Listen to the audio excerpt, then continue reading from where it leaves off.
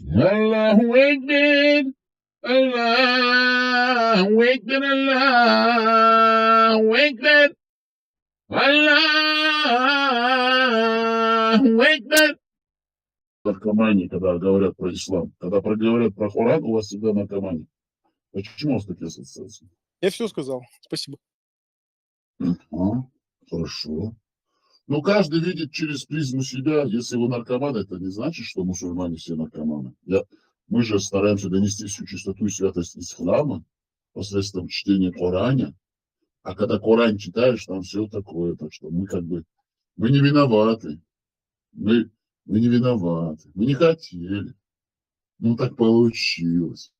Аллаху Акбар, Аллаху Акбар, Аллах. У вас больше нечего, да? У вас весь словарный запас, методичку прочитали, там, не знаю, то, что вам сказали, зачитали. Есть что еще добавить? Мы даем возможность говорить людям. Видите, мы вас не оскорбляем лично, мы слушаем. Тогда как вы лично за вашего покорного слугу, который вам дает возможность говорить, наговорили всякой чуши и всякой билиберды и убежали, скрылись. А мы, видите, слушаем. А вы больше не стоите. Вот какой вы умный, молодец. А хорошо тогда, давайте мы с вами сделаем сейчас идеологическую беседу. Не, просто иди нахуй. Вот это что и следовало ожидать. Да, спасибо. Ну, поэтому же мы называем вас Кверхузад за неприводный. Всегда пожалуйста. Кверхузад вы. Скажите, пожалуйста, а вы мусульманин? Нахуй иди.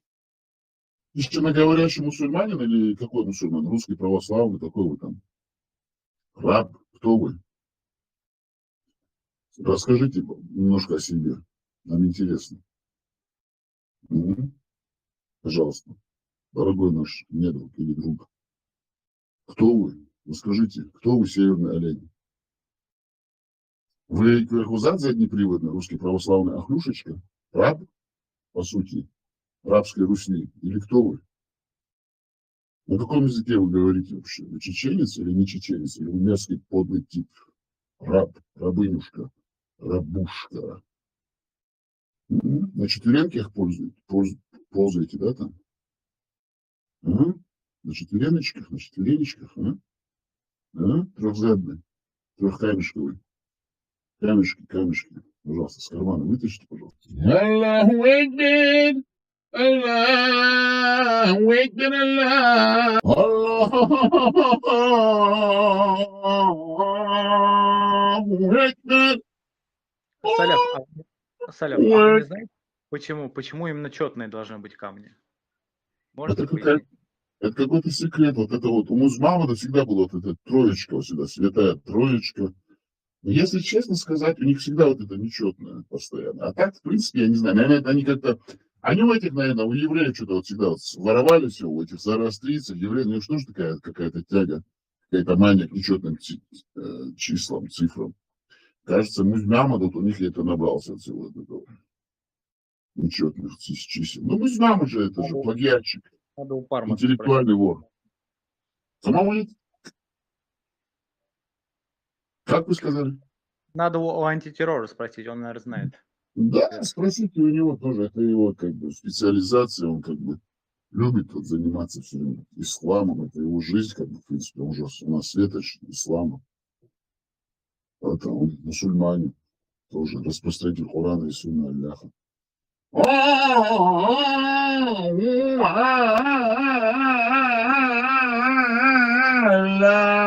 Акбар.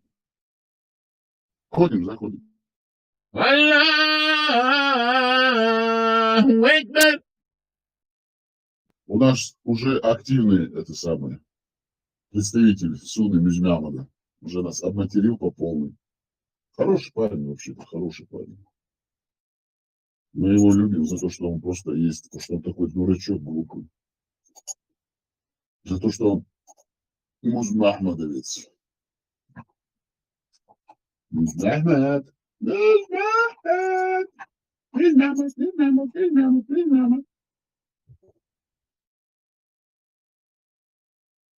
Сейчас мы будем читать суры и аяты из Корана. У нас цель распространять ислам.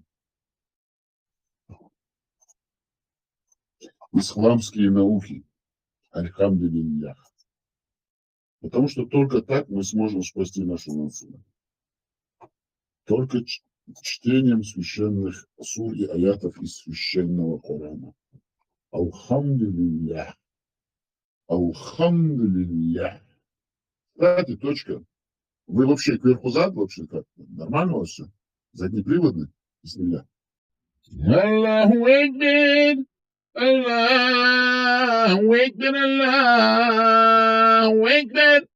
Аллаху Акбар! Аллаху Акбар! Аллаху Акбар! Аллаху Акбар! Так, ладно, даже если никого нету, мы будем читать священные суры и аяты из Корана, потому что это наша цель и задача. Цель и задача всех мусульман мира – распространять священные суры и аяты из Корана, заниматься призывом для того, чтобы полностью донести всю чистоту, святость слова Аллаха в Коране. Алхамдулиллахи Раббил Аламин, Ар-Рахманир Рахим.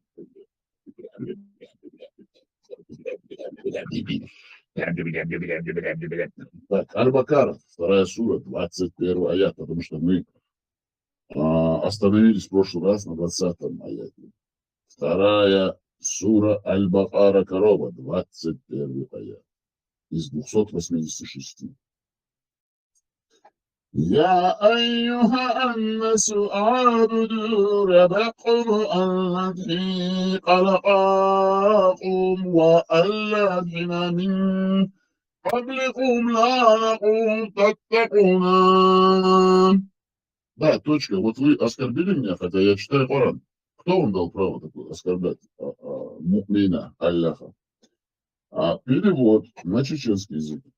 Смысл этого аята: «О люди, поклоняйтесь вашему Господу, который сотворил вас и тех, кто был до вас. Быть может, вы устрашитесь». Глубокий смысл, очень глубокий смысл.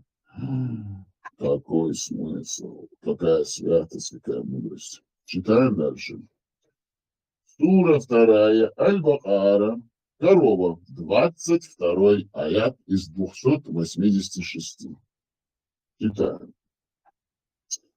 الذي جعل لكم الأرض فراشا والسماء بناء وأنزل من السماء ماء فأخرج به من الثمرات رزقا لكم فلا تجعلوا لله أنددا وأنتم تعلمون. Так, зачитываем на чеченском. Саляф, маршал Дума Царга, духану даюлил, бяхмабилла. Аллаху Экбер. Так, где-то минут 15. Ради Аллаха. Понял. А надолго это он, эфир? Всех нам целую. Аллаху Акбар. Сколько сможем засчитать? Алло, Алим Боя, а вообще иман чумове. Да, переводим на чеченский язык, с арабского тоже, значит, чеченский язык, потому что мы все происходим от Ноха. Он сделал для вас землю ложем, а небо кровлей, низвел с неба воду и взрастил ею плоды для вашего пропитания. Посему никого не равняйтесь с Аллахом сознательно. Ну, тут глубочайший смысл. Смотрите, вот эта сура 2, значит, аят 22. Смотрите, какой смысл глубокий. Он сделал для вас землю ложем, а небу кровлей, низвел с неба воду и взрастил ею плоды для вашего пропитания. Посему никого не равняйтесь с Аллахом сознательно. Глубочайший смысл. Мы это принимаем как есть, не спорим, не отрицаем, а просто принимаем как есть. Сура 2, все же та же сура 2, Аль-Бакара, 23 аят из 286. Читаем. وإن كنتم في ريب مما نزلنا على عبدنا فأتوا بسورة من مثله وأعدوا شهداءكم من دونه الله إن كنتم صادقين. Переводим на чеченский язык. Если же вы сомневаетесь в том, что мы не спаслали нашему рабу, то сочините одну подобную суру и призовите своих свидетелей, помимо Аллаха, если вы говорите правду. Очень интересная сура и аят. Вот вторая сура, конечно же, и 23 аят. Они говорят, они дают возможность, то есть Аллах дает возможность, даже призывает в своем священном Коране, который будет неизмененным до скончания человеческого рода, говорит, если ты такой умный, говорит он человеку, кто бы его не читал, его Коран, слово Аллах, говорит, ты тоже, говорит, одну подобную суру, вот именно как эту, сочини, говорит, Аллах, и говорит, посмотрим, если у тебя есть мозги или нет. Он говорит, сочини такую суру, вот он говорит, смотрите, зачитывай снова. Если же вы сомневаетесь в том, что мы не спаслали нашему рабу, то сочините одну подобную суру и призовите своих свидетелей помимо Аллаха, если вы говорите правду. Видите, какая там все-таки мудрость. Какой же все-таки Аллах мудрый. Благодарим Аллаха. Так, сура 2, все та же. Аль-Бакара, корова. И мы плавно переходим к 24 аят. فإن لم تفعلوا ولن تفعلوا فاتقوا أن لعنتي وقدرها الناس والحجرة أعدت للكافرين. Все, прочитали, значит, на чеченском. И переводим сразу тоже на чеченский. Если же вы, прошу прощения, этого не сделаете, а ведь вы никогда этого не сделаете, то побойтесь огня, растопкой которого являются люди и камни. Он уготован для неверующих. Просто великолепный смысл в этом аяте. Ну, это же вся мудрость человечества. Ну, нет ничего, нет такого умея, что мог бы придумать человек. А Аллах сможет. Смотрите, читаем снова. Если же вы этого не сделаете, говорит Аллах, а ведь вы никогда этого не сделаете, то побойтесь огня, растопкой которого являются люди и камни. Он уготован для неверующих. Принимаем как есть. Мы даже не спорим. Переходим в 25 аят. Сура 2 Аль-Бакара, корова. 25 аят из 286. وبشر الذين آمنوا وعملوا الصالحات أن لهم جنة تجري من تحتها الأنهار كلما رزقوا منها من ثمرات رزقا قالوا حتى الذي رزقنا من قبل وأوتوا به متشابها ولهم فيها أزواج مطهرات وهم فيها خالدون. Читаем на чеченском. Напоминаем, это была сура 2, аят 25. Читаем на чеченском. Обрадуй тех, которые уверовали и совершали праведные деяния, тем, что им уготованы райские сады, в которых текут реки. Всякий раз, когда им будут подавать плоды для пропитания, они будут говорить, это уже было даровано нам прежде, но им будут давать нечто похожее.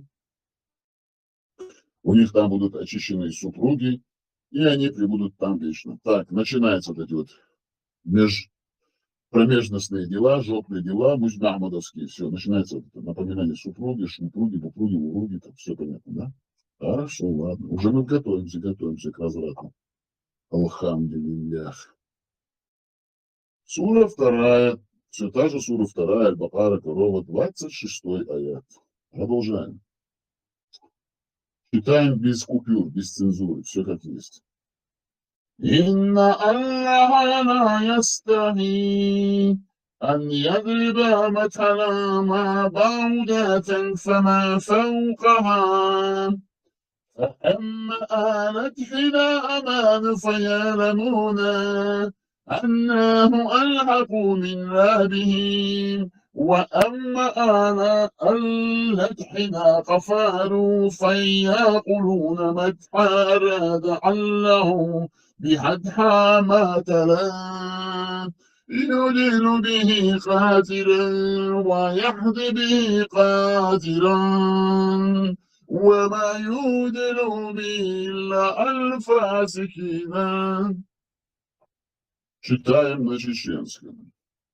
Напоминаем, это была сура 2, Аль-Бахара, 26 аят. Читаем на чеченском. Воистину Аллах не смущается приводить притчи о комаре или том, что больше него. Те, которые уверовали, знают, что это истина от их Господа. Те же, которые не уверовали, говорят, что хотел Аллах, когда приводил эту притчу. Посредством нее он многих вводит в заблуждение, а многих наставляет на прямой путь. Однако вводит он в заблуждение посредством не только нечестивцев. Какой глубокий смысл. Ну как так Аллах? Ну спрашивайте, как Аллах играется? Вот Аллах, который нам все дал, и он играется со своими рабами, которых он же создал. Какой же все-таки Аллах мерзавец? Послушайте внимательно. Воистину Аллах не смущается приводить притчи о комаре. Так, значит, Аллаху делать нечего, он сочиняет притчи про комаров. Понимаете, про комаров, да, он сочиняет притчи. И когда он сочиняет эти притчи про комаров, это делать нечего. Аллаху там на небесах, где он там сидит, в подземелье каком-то, чтобы обмануть своих рабов. А его рабами являемся мы. И о том, что больше него те, которые уверовали, знают, что это истина от их Господа. Те же, которые не уверовали, говорят, чего хотел Аллах, когда приводил эту притчу. Посредством нее он многих вводит в заблуждение. Значит, Аллах вводит в заблуждение? Зачем это Аллаху? А многих наставляет на прямой путь. Однако вводит он в заблуждение посредством не только нечестивцев. Ну, молодец, Аллах. Просто вообще свой парень в доску. Любит он играться с людьми. Так, значит, мы все-таки в суре Аль-Бакара, 26 аяте, и мы с вами переходим на 27 аят. Читаем. الذين ينقضون عهد الله من بعد ميثاقه ويقطعون ما أمر الله به أن يوصل ويفسدن في الأرض أولئك هم الخاسرون. Так, зачитали на чеченском с арабским акцентом, а теперь переводим на чеченский, с арабского чеченского. Которые нарушают завет с Аллахом после того, как они заключили его, разрывают то, что Аллах велел поддерживать, и распространяют нечестие на земле. Именно они окажутся в убытке. Ну, очень хорошие слова. Вот Аллаху делать нечего, постоянно нечестие, какие-то договора, какой-то базарный тип этот Аллах. Какой-то базар у него постоянно, какие-то договора, сделки, там что-то, обманы, заключения, разрывает, убытки какие-то. Чего он торгуется тут? Именно они окажутся в убытке. Просто за это одно слово можно понять, что это такой глубочайший смысл все-таки в Коране. Видите, какая тут важная тема? Вся святость Корана. Алхамдулиллах. Как мы это все не можем принять? Ну что же вы, мусульмане, верхузады, заднеприводные, членокусатели с коренными зубами музна ахмадовского члена, который сказал вам этими же словами, сказал, не говорите это другими словами, а скажите это как есть. Схватите теперь своего папочку коренными зубцами с вашими. Зачем? Ну, представляете, что творил Аллах посредством своего музна. Кстати, у нас в гостях Соба и Шерлан ФМ. Абу Дзюдзюк, Карен, механик. Так, Шерлан, вообще вы понимаете, о чем мы здесь говорим? Или вы как-то в трансе каком-то своем? Машвол, лауреат, Машу, в массе году. Я уже на этот бред внимания не обращаю, лауреат. Я просто знаю, что среди нас есть хороший гость, который много чего может нам рассказать. Если бы этот человек сейчас взял слово и немножко нам рассказал бы о своем, как это сказать, голосе, блин. Опыте, эксперименте. Да, опыте, с которым он столкнулся с этими подразделениями на территории Украины, чеченскими. Вот если бы этот Дурак, человек... А? дураками столкнулся в Украине, да? Как его ник, скажите мне? Да, с этими. И немножко нам поведал, что какие эти люди. Я был бы этому человеку признателен. Я думаю, многие вот сейчас, которые здесь нас слушают, они тоже бы, для них это было бы интересно. Ну что вы говорите? Мы же зачитываем священные суры, это из Корана, а вы не хотите. Ну ладно, хорошо, как его ник, скажите? По-моему, и точка. Хорошо, мы-то не спешим, потому что священный Коран будет неизменным до скончания века человеческого. Мы тогда дадим слово нашему величайшему мыслителю исламскому, чемпиону мира по боевым джихадистским искусствам, специалисту по боям на всех уголках земного шара, по исламу, ради Аллаха, по сунне Мухаммада. И точка, пожалуйста, если есть возможность, говорите Муаслим. Аллаху Акбар! Аллаху Акбар! Аллах! Во-первых, добрый день. Во-вторых, в таком пренебрежительно-презрительном тоне, в котором вы отозвались обо мне, я даже разговор начинать не буду, потому что вы отзываетесь, ну, мягко говоря, нелестно о человеке, которого абсолютно не знаете. Во-первых, я никак не связана ни с радикальными экстремистами, ни с исламистами, тем более я боролась с этими людьми очень много лет. Во-вторых, честно говоря, я просмотрела формат вашего канала, мне он не очень нравится, это мягко сказано. Если вам интересно послушать правду об оборотне под флагом Икеи, я ее расскажу. Но только в том случае, если вы будете, ну, относиться ко мне как к собеседнику. Спасибо. Дякую, мы же не знаем, с кем мы имеем дело, поэтому мы сейчас объяснили, представились, мы вам даем слово, пожалуйста, говорите. Мы не относимся не пренебрежительно никому, мы всех ценим, уважаем, и всем даем слово. И смотря как они выражаются, мы также к ним относимся. Приветствуем вас на нашем канале, даже если вам не нравится наш канал, но вы нам нравитесь, говорите, мы вас слушаем. Спасибо большое, что ваш тон изменился. Меня зовут Лариса Шумко. Я украинка, я мусульманка, и я была свидетелем преступлений оборотней под флагом Ичкерии у нас в Украине с 2014 года и по сегодняшний день, потому что угрозы от этой банды, от этой мафии радикальных исламистов идут до сих пор.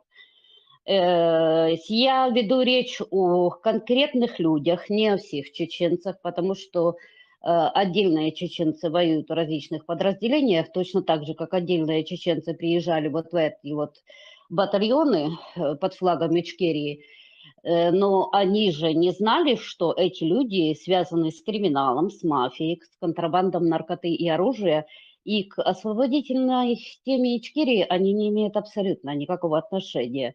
Поэтому я заранее хочу извиниться перед всеми чеченцами, которым, может быть, нелестно и может быть неприятно слушать некоторые речи, которых я сейчас скажу, но молчать о них я не собираюсь, поскольку эти люди уничтожили мою жизнь, эти люди убили моего мужа, чеченца, и эти люди продолжают творить преступления в Украине и за ее пределами, и что страшнее всего, эти люди продолжают призывать нормальных и чеченцев, и кавказцев со всего мира в Украину, беря их на список и выдавая потом этих людей в ФСБ, в чем я прямых доказательств нет, но в чем я абсолютно уверена, потому что я не один раз сталкивалась с утверждениями, что этих людей берут на список. А куда потом передают списки, это несложно догадаться, потому что СБУ напрямую связана с ФСБ. И сейчас в Украине, понятия права и правовой политики как таковой вообще нету. В общем, я являюсь свидетелем, я, Лариса Шумко, являюсь свидетелем того, как чеченцы украли флаг Ичкерии в Украине, и под видом вот этих вот, под видом настоящих ичкерийцев, бойцов сопротивления, начали выступать в Украине. Но эти люди, те, которые украли, это сначала они были вместе, батальон Джохара Дудаева, не было 2 батальонов, и тем более 3 батальонов. В 2014 году был 1 батальон Джохара Дудаева.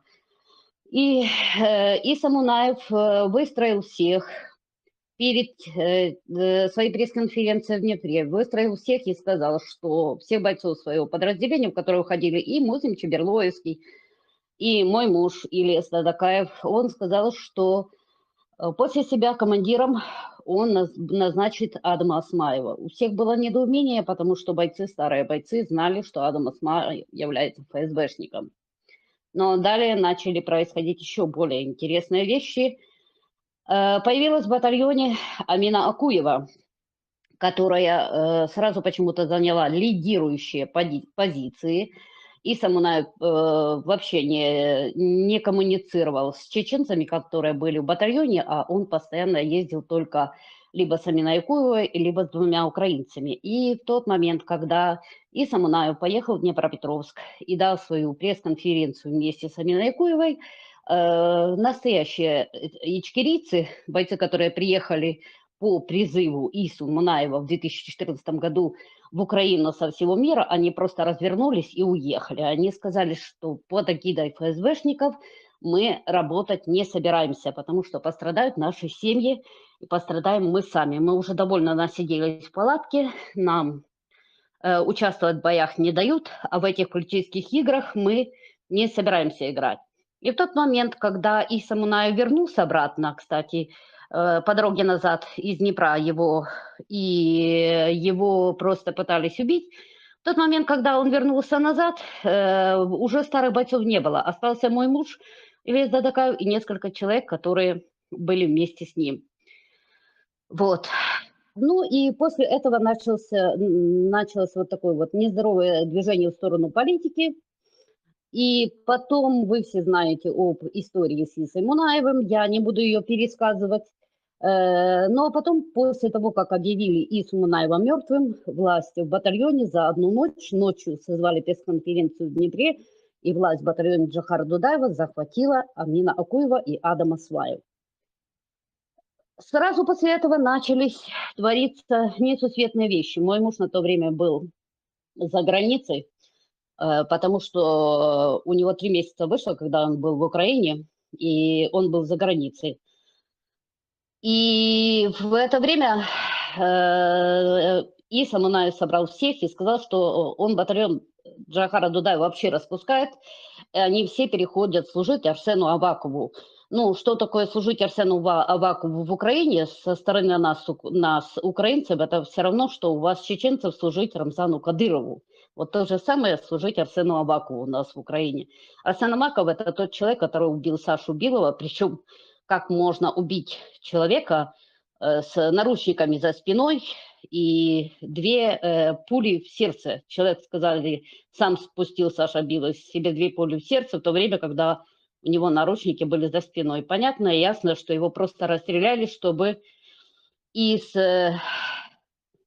настоящего сопротивления в Украине взять его под свое руководство и поставить во главу сопротивления своих людей, чем и занимаются. Вот с того момента, с перехода Адама Осмаева, вот под крыло МВД и СБУ, вот все распиарены вот эти чеченские героины. Еще раз повторюсь, мои слова не относятся к простым, обычным чеченским, простому, обычному чеченскому народу, которому я очень и очень сочувствую за то, что он так пострадал в той же российско-чеченской войне, от которой сейчас страдает и мой народ, моя Украина.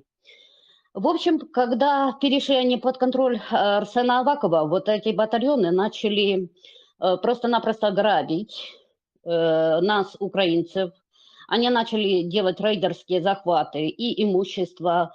Началось все то, что было в Ичкерии, о каких страшных делах мне когда-то рассказывал муж. И когда мой муж вернулся обратно и захотел навести порядок, было уже поздно. потому что вкусили некоторые люди вкус денег и крови, и останавливаться они не собирались. Они украли с баз батальона более 400 килограмм тротила и вывезли в тыл Украины. Об этом я, Лариса Шумко, дала официальное показание и в суде под протокол Украины, а также когда меня вызывали в суд в Германию. Я дала официальное показание под протокол. Также эти люди украли всю гуманитарную помощь, которая шла на батальон, а ее шло очень много, начиная от одежды, обмундирования, заканчивая машинами, и машинами отнюдь не дешевыми. Так что потом вкус их усиливался, и они начали воровать уже, когда выдавали оружие на батальон, по спискам было 300 человек, на самом деле их было всего 8. И, естественно, все оружие, все обмундирование они получали на 300 человек, хотя они имели всего-навсего 8 человек в подразделении, потому что остальные все собрались и ушли. И последним инцидентом, о котором я знаю лично, это было то, как они воровали, им выдал Семенченко на батальон автоматы Калашникова. Их даже не в ящиках, начали грузить в ящиках в ВУЗ, но ящики не влезали. Тогда ящики оставили, и автоматы грузили просто насыпью. Так вот эти все автоматы Адам Осмаев, Казбек Абдурзаков, Амина Акуева, Арби, они их просто вывезли. Они их вывезли часть Киев, часть Днепр, просто-напросто вывезли. Когда мой муж начал возмущаться всему этому, они просто-напросто сказали ему открыто и прямо: мы сюда не воевать приехали, это твоя политика воевать, мы сюда приехали делать свое дело и делать свою политику. Если вам надо, вы и воюете. Мой муж собрал ребят, которые были с Украины, которые были верны ему. Это было немного, там было 12-15 человек, но, к сожалению, как я сейчас понимаю, среди этих людей были и предатели, и они создали отдельное подразделение «Патриот». Как-то странно так попадает, что это подразделение в скором времени, в общем, им не отдали Адам Осмаев и Казбек Куразов, он же Казбек Абдурзаков, ни оружие, ничего.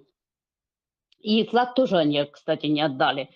И когда наши бойцы пошли уже на выход в отдельном спецподразделении «Патриот», они попадают в засаду, расстреливают, погибают там сразу насмерть, погибают 3 бойца, которые приехали, украинцы, и с этого же подразделения «Патриот», которое было ранее подразделением батальона Джихара Дудаева, а также и 2 бойца из вооруженных сил Украины.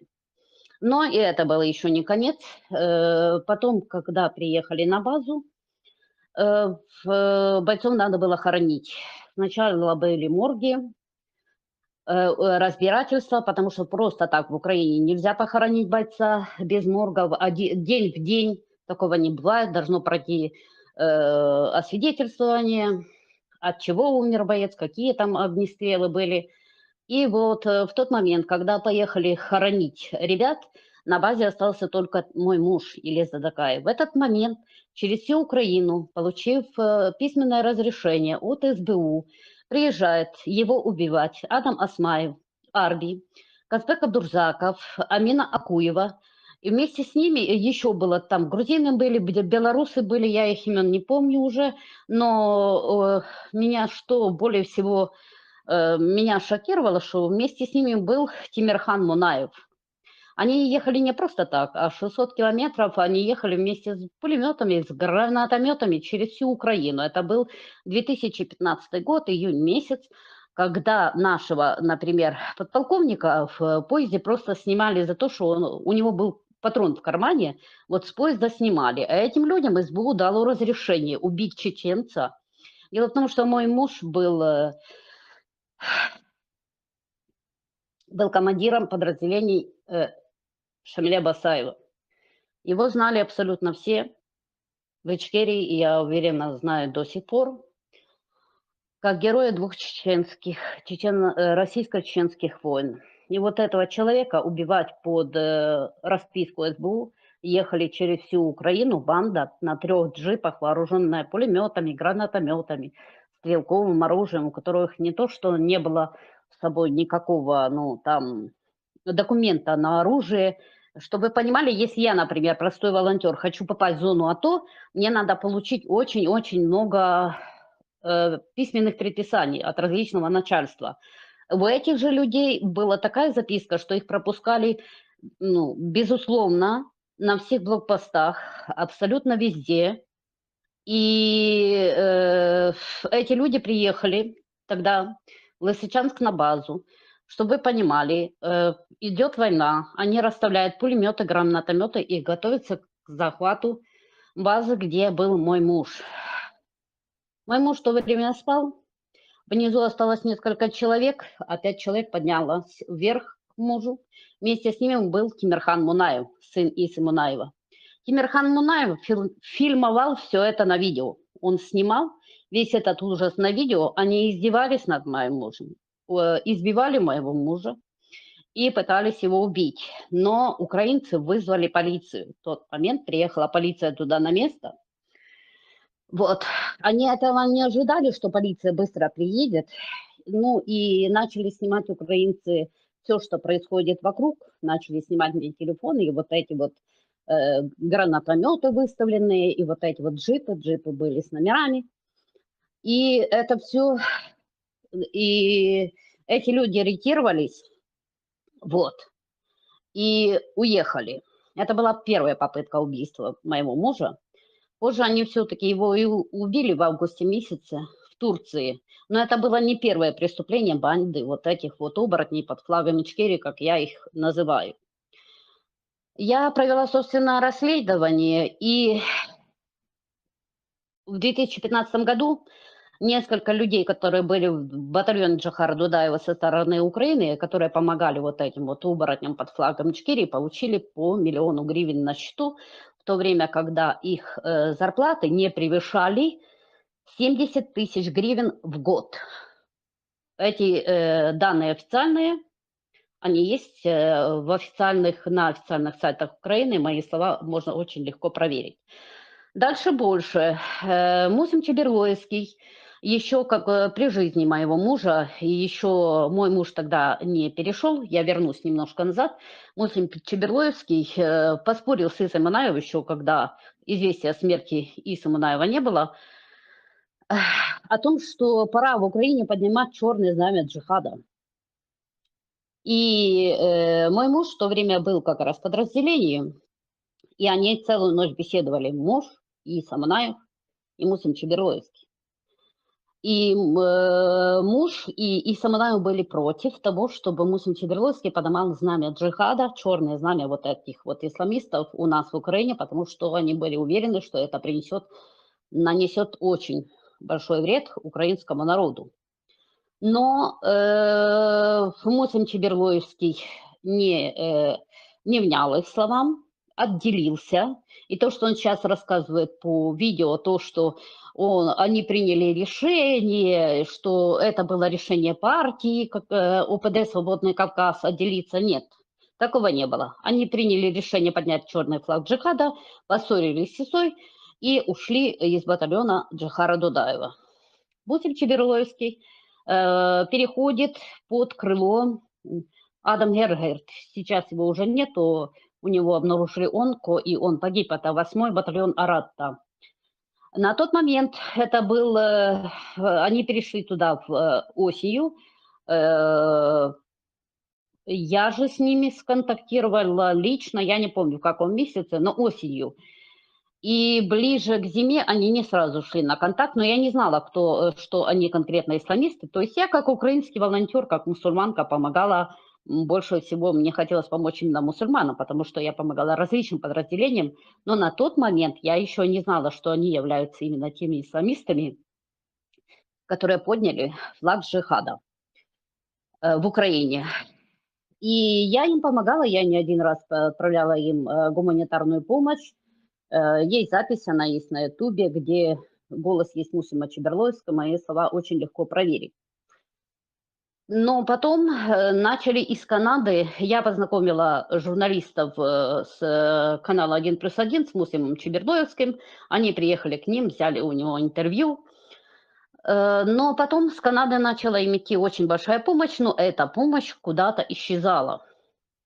Точно так же и джипы шли, и денежное довольствие шло.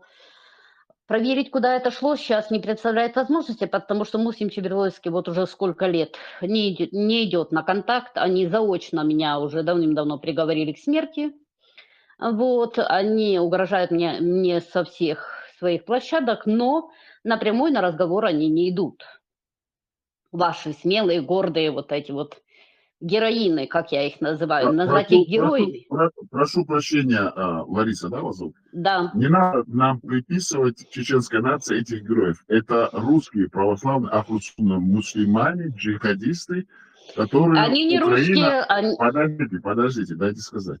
Которых пригрела украинская власть, нынешняя, бывшие выходцы из партии регионов и их кураторы из СБУ, которые напрямую в подчинении у ФСБ. Давайте говорить вещи, как есть, на чистоту. Мы вас слушаем, продолжайте. Да, я сразу вас поправлю. У них национальность не русская. Они по национальности чеченцы. И о чем они гордо... Русские православные Ахлу-Сунна, Вааль-Джамаа, мусульмане, джихадисты. Во славу России, которая воюет. Я не знаю, о чем вы сейчас говорите. Мне сложно разобраться в вашей терминологии, которую вы используете. Продолжайте, мы вас слушаем. Не отвлекайтесь, продолжайте. Мы даем вам слово. Пожалуйста, говорите. Ну, в общем, Мусим Чеберлойский, он везде на каждых своих видео представляет себя как чеченцем и представляет себя как ичкерийцем. И все преступления, которые они творят на территории Украины, они наносят вред не только моей Украине, потому что все люди, наши украинцы, все их сопротивления, которые попадают так или иначе в поле зрения спецслужб, лидеры, они потом оказываются убиты. И в этих смертях, дело в том, что был такой Василь Спивак, наш украинский патриот, его позывной МИФ. Он был во Франции, поднимал очень большие митинги, он поднимал французскую диаспору. С этим Василием Спиваком после убийства, известия об убийстве Иса Мунаева связалась Амина Акуева и Адам Осмаев. Он не собирался возвращаться в Украину, они вышли на него напрямую, сказали, что они создадут отдельное подразделение, и командовать назначат Василя Спивака, при том, что это был оперный певец. Он был 2-метрового роста. Прошу прощения, немножко болею. Вот. И Василий Спивак неожиданно для своих родственников, для всей диаспоры, потому что были запланированы митинги, мероприятия, было запланировано очень большое количество различных концертов для сбора помощи украинским вооруженным силам. Они вызывают его обратно из Франции в Украину, и там он погибает буквально через несколько дней после того, как приехала. Я проводила расследование этого боя, и мы выяснили, что было подразделение, был приказ выйти в такую-то точку, причем сразу. То есть об этом приказ был неожиданно дан за 2 дня, выйти на точку и взять определенную высоту. Когда бойцы пошли на взятие этой высоты, снайпер стреляет прицельно в МИФа. У МИФа очень серьезное ранение, приезжает эвакуация, и как они его там эвакуировали, что он умер, причем что можно было остановить кровотечение, но его кровотечение не остановили, причем госпитализацией. У меня сейчас профиль просто Facebook заблокирован, я точно вам не скажу детали. Это мне надо, чтобы разблокировали мой профиль на Facebook, но он заблокирован больше года. Я не хочу сбиваться и врать, но там была очень мутная история, и момент, как только подстрелили МИФа, был дан приказ на отход группы, то есть группа никакую позицию, ту, что должна была занять, она не занимала. То есть цель выхода вот была убить конкретно Василя Спивака. Василя Спивака убили. Вот. Потом следующим дальше они притихли немножко, потому что мы подняли очень большой шум. Был точно такой же шум, как и после убийства Сашка Белого. Но дело в том, что заменить Василя Спивака они не могли своим человеком, потому что таких людей просто нету. Вот. На таком подъеме, на таком патриотизме. Дальше они немножко притихли и перешли на рейдерство, на грабежи внутри Украины. Они начали грабить и они начали убивать в Украине людей, которые просто-напросто отжимать имущество в Херсонской области. Они там создали свою вооруженную группировку Херсонской области, которая грабила и держала в заложниках наших украинских фермеров. Сейчас эта информация из Гугла удалена. Но были аресты, была арестована группа из 25 человек. Некоторые члены этой группировки были связаны с ворами закона, которые находятся в Москве. Вот. Дальше больше их... Можно вопрос задать, Лариса? Можно Да, вам вопрос? Это чеченцы вот группировку вот эту создали и да, рэкетом это, занимались фермеров украинских, да? да. Да, Всё у них были понятно, у спасибо. всех, там были в составе не только чеченцы, там были кавказцы, и у них были корочки батальона имени шейха Мансура. То есть этот батальон у нас в Украине ассоциируется просто с бандитизмом, с рэкетом и с абсолютно мафиозной структурой. То есть эти люди не воюют с момента 2015 года. Почему они не воюют? Дело в том, что наши бойцы в Украине заметили, что как только в поле зрения появляется либо Мосим Чеберлойский с их бойцами, либо Амина Акуева с Адамом Асмаевым, либо Карсбек Абдурзаков, который себя тоже гордо объявил командиром отдельного спецподразделения, которого вообще не существует в природе. Казбек Абдурзаков, он же Каскуразов, у него много ников. И а потом по нашим позициям прилетает просто прицельное попадание по позициям, и бойцы перестали их, командиры перестали их пускать на позиции. То есть украинцы не доверяют, чтобы вы поняли, украинские вооруженные силы не доверяют вот этим героическим героинам чеченской национальности, подчеркну, потому что они не являются русскими. У них национальность, о чем они заявляют на каждых своих эфирах, чеченцы. И почему у меня такое вот, почему я записываю видео и на своем канале YouTube, и очень много я давала стримов и в Facebook, и потому что я не могу понять, почему среди чеченцев нет ни одного человека, который бы вот, остановил вот этот вот 10 лет подряд я рассказываю об преступлениях вот этой вот группировки, которая заехала к нам в Украину. Мы же их, я не знаю, может, политики Украины их там приглашали, но простой народ Украины их не приглашал. И простой народ Украины рад любому гостю, который приедет помогать против своего врага.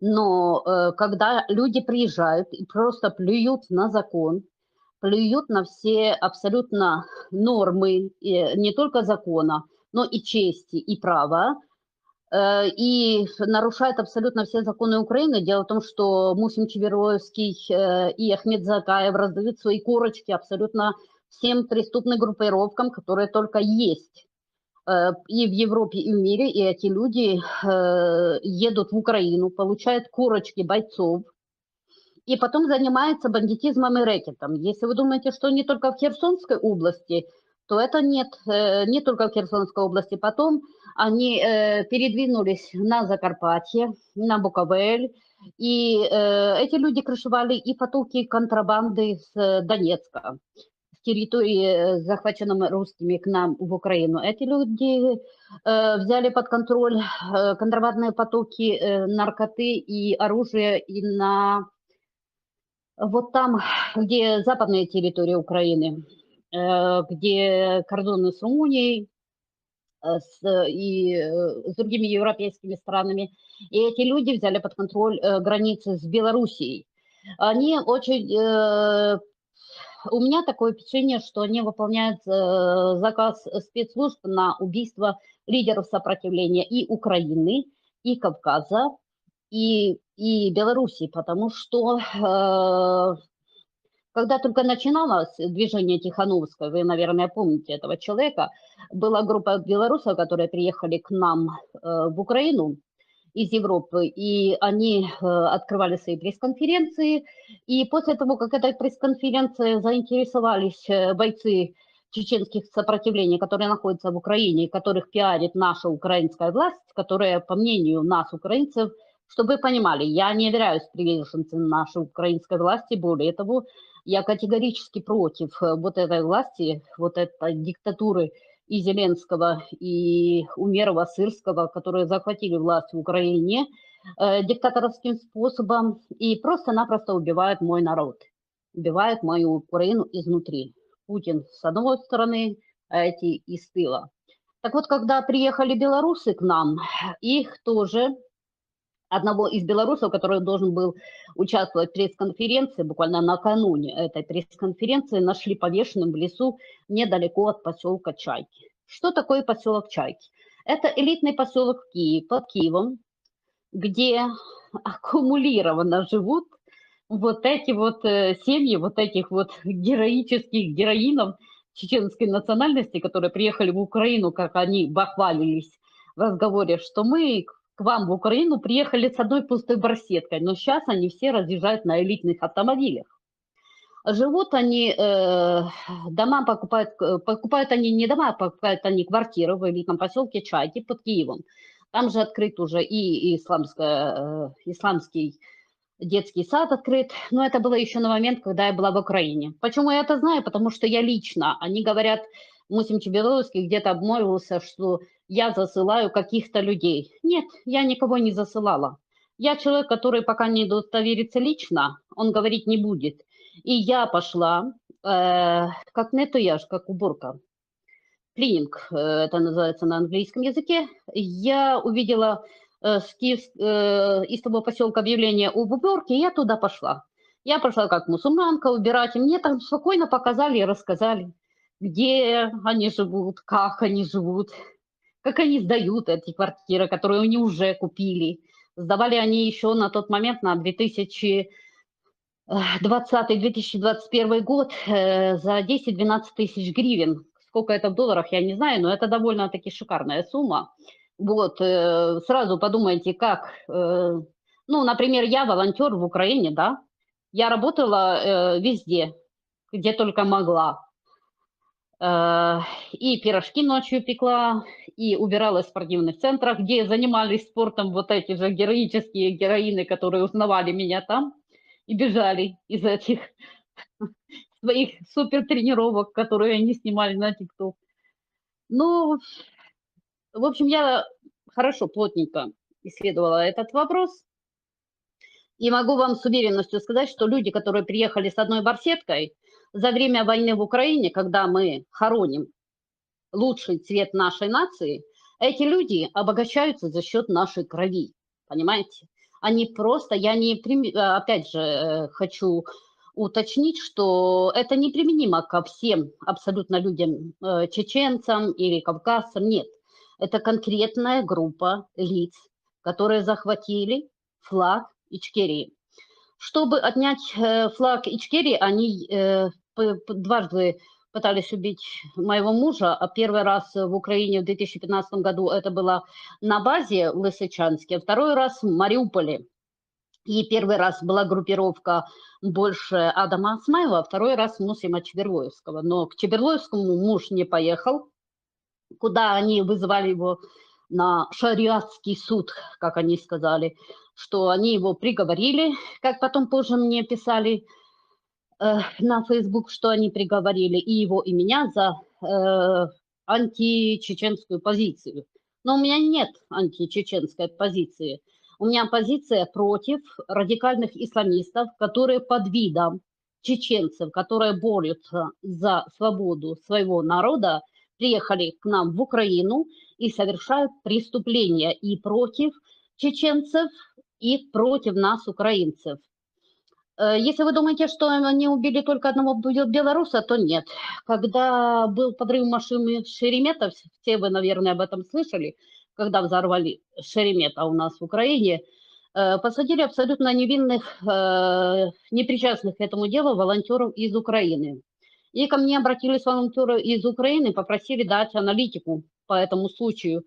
Мне хватило времени буквально там 20 минут, чтобы просто мне прислали видео, и одно единственное, которое сохранилось из камер слежения. И я увидела по росту, что эти люди, рост людей просто не соответствует тем данным из полиции, которые выдает полиция Украины. То есть полиция Украины заведомо скрывала тех людей, которые действительно подорвали машину Шеремета и посадила абсолютно невинных людей. Потому что рост этих людей удивительно и походка удивительно совпадала с Казбеком Абдурзаковым Каскуразом и Аминой Акуевой. Каскуразов с Аминой Акуевой везде ходили вместе, и несложно было сопоставить рост этих двух людей и походку этих двух людей. Прошу теми людьми, прощения, которые- Лариса, можно вопрос задать? Да. Вопрос, прошу прощения. Да, можно. Но вы же видите, вы же понимаете, да, что мы вам даем свободно говорить, так что не переживайте. Вот Амина Акуева, она этнически кто вообще? Какая у нее национальность? Украинка. Она украинка, которую Иса Мунаев первый представил как чеченку. Зачем он это делал, я не знаю. Есть видео в Ютубе, вы можете Ага. его найти. То есть она Понятно. украинка, она не является чеченкой и не являлась. Но Иса Мунаев ее почему-то представил как чеченку, что оскорбило чеченцев в тот момент, когда они давали пресс-конференцию, и они просто, они Хорошо. собрались и уехали. Да, Было можете- очень много чеченцев. Да, прошу прощения, Лариса, можете продолжать. Спокойно, не спешите, не переживайте, никто вас... Подождите, абсолютно- сейчас, подождите, Лариса, подождите. Я вам сейчас Хорошо. объясню формат объясню. Сейчас ваше время, никто вас здесь не перебьет, никто вам вопрос никакой не задаст. Спокойно сконцентрируйтесь, полностью рассказывайте, идет запись, мы все это выложим куда надо и куда надо доведем. Говорите, мы вас слушаем.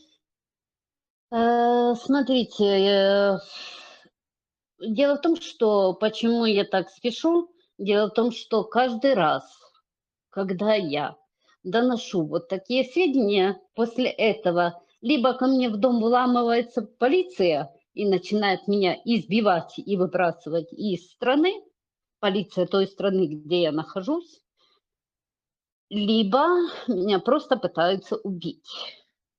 Здесь Дело это в том, не та что- площадка, не переживайте, это не та площадка, где вам что-то грозит. Здесь уже свободные чеченцы, свободная площадка, созданная для свободных людей, финансированная Госдепом, Конгрессом, а также Сенатом США. Говорите спокойно, не переживайте. Ваши данные мы никому не передадим. Вы здесь можете спокойно говорить, и эта запись будет доведена куда надо, но не в те структуры, которые вас ущемляют и терроризируют и преследуют, а куда надо. Мы вас слушаем, говорите спокойно. Если вы думаете, что на этом преступлении есть такая пословица, аппетит приходит во время еды. Вот и у этих псевдогероинов аппетит тоже пришел во время еды, и чем больше эти люди убивали и их отмазывала полиция, тем больше они начинали терроризировать именно наш народ. После того, как они начали исполнять, СБУ прекрасно знает, и полиция Украины прекрасно знает о всех видах их незаконной деятельности, потому что я в 2015 году подавала заявление о преступлении этой группировки, после чего у меня начались в Украине очень большие проблемы, ко мне приставили наружку, и мне пришлось бросить все и уехать за границу, где в Германии. Я уехала в Германию, сначала в Польшу, но и мне позвонили и сказали, что за мной машина уже выехала, я должна немедленно покидать территорию Польши. Я уехала в Германию, и меня там странным образом сбивает машина. Но, слава богу, я успела отскочить, у меня был просто перелом. Потом тоже я не один раз видела наружку некоторых этих людей, я даже фотографировала на телефон, я обращалась в полицию Германии, но, к сожалению, если в самом начале полиция Германии не помогала, меня дважды спасли от смерти, то позже начали проходить какие-то странные вещи. Есть такой человек, который называет себя, ну, это его фамилия, Муса Таипов. Муса Таипов живет во Франции, он тесно и плотно связан вот с этими чеченскими батальонами в Украине, которые украли флаг из Сирии и совершают свои преступления. Дело в том, что Муса Таипов в момент, когда убили моего мужа, Ильяса Дадакаева в Турции, его отравили его едой. Муса Таипов был на связи с его семьей, и он, зная то, как отравляют чеченцев по всему миру, он торопил семью моего мужа, чтобы они как можно быстрее его закопали, чтобы как можно быстрее прошел похорон, что не надо никаких здесь освидетельствований, не надо никаких моргов, быстренько раз-два закопали и все, потому что человек умер, надо по шариату быстренько похоронить, потому что так говорит ислам. Мой муж был верующим человеком, точно так же, как и я, но мы не являемся приверженцами вот этого радикального ислама. Мы обычные мусульмане. Мой муж знал Коран наизусть, и он учил меня тому, что в первую очередь делать нельзя. Нельзя врать, нельзя убивать, нельзя нести террор в массы, и нельзя позволять вот, изменять религию ислам и пропагандировать агрессию, пропагандировать убийство, потому что такого нет. Это изменение политическим путем, и такого нет в исламе. И в момент, когда убили моего мужа, на связи с моим мужем, со семьей моего мужа был именно Муса Таипов. Когда я узнала об этой информации, я написала Мусе Таипову и спросила фамилию моего мужа. Дело в том, что, как говорил мой муж или Дадакаев, что с врагами иногда приходится даже не то что общаться, а некоторое время приходится даже и дружить, чтобы получить нужную информацию. И мой муж подтвердил, что он разговаривает даже в тот момент, даже после, это было 6 или 7 сентября 2019 года, что он разговаривает с семьей моего мужа, и что он спросит разрешение у первой жены моего мужа, можно ли мне о нем написать. Но мне не надо было знать фамилию моего мужа, так как мы были уже много лет знакомы, я прекрасно знала его фамилию. Но мне было важно узнать действительно подтверждение от него напрямую, действительно ли он связан, или это просто мои догадки. Когда он написал, что я спрошу у жены, я убедилась, что это правда. И позже Муса Таипов не один раз приезжал в Украину, и они начали собирать обо мне информацию. Собирали они ее везде, со всех источников, потому что и очень много раз мне угрожали, чтобы я нигде и ни под каким предлогом не давала в эфир эту информацию, потому что это вредит, как они говорили, всему чеченскому движению. Но я не верила этим людям, потому что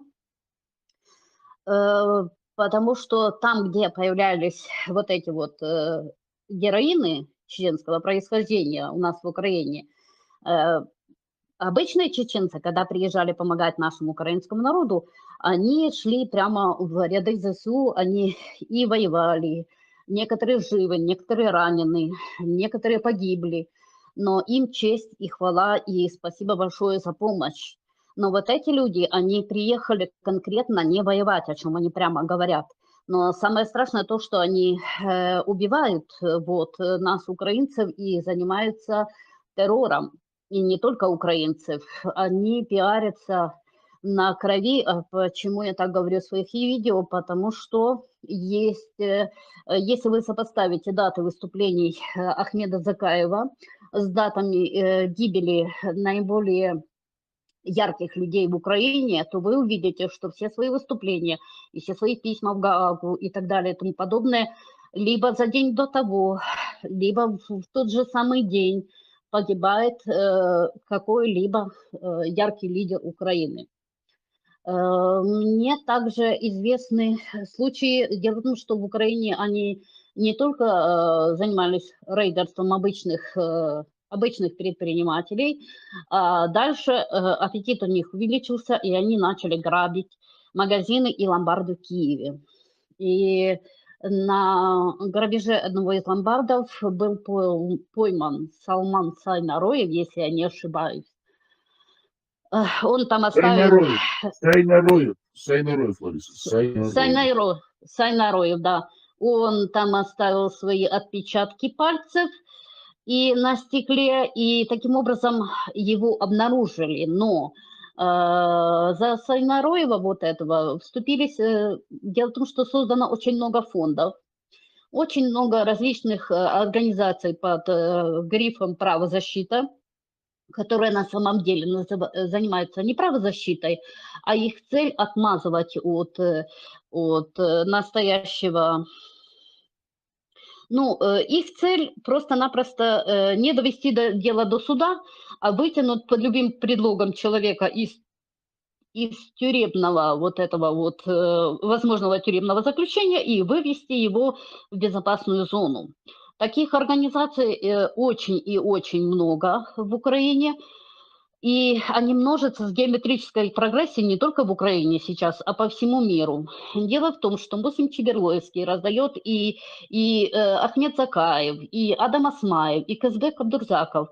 Они под видом вот своих вот батальонов в Украине, они сейчас раздают удостоверение своих бойцов всем, кто только приезжает на территорию Украины, либо готов приезжать в Украину, и потом эти люди разъезжаются по миру.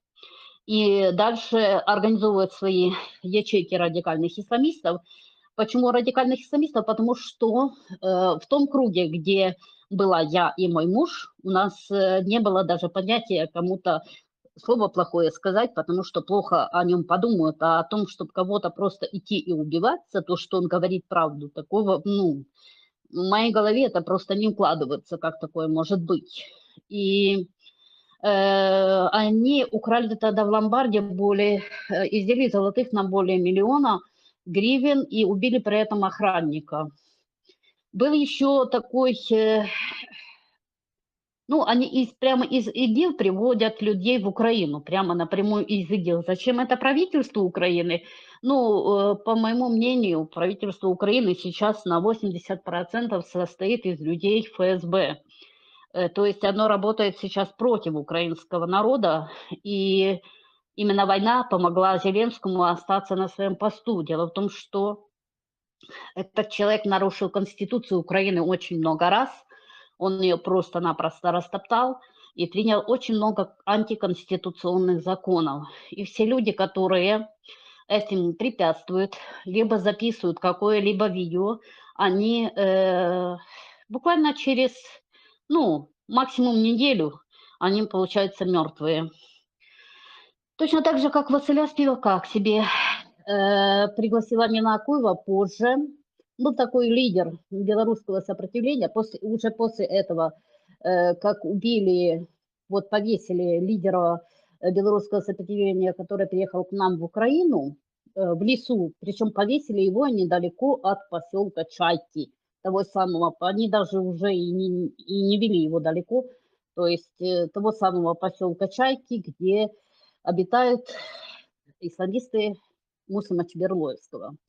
Дальше они Маджахед был такой яркий лидер белорусского сопротивления, они тоже его переманили к себе в батальон имени шейха Мансура, создали отдельное подразделение, поставили его там командовать. Но Маджахед был очень ярким лидером сопротивления, и он действительно боролся за правду. Он был хороший боец, хороший лидер, и он мог повести многих за собой. И после того, как Маджахед записал видео с критикой властей Украины, он идет на задание от этого батальона шейха Мансура, и тоже точно так же, та же самая история, что и с мифом. Дается задание взять определенную высоту, выходят на определенное место и убивают конкретно только именно Маджахеда.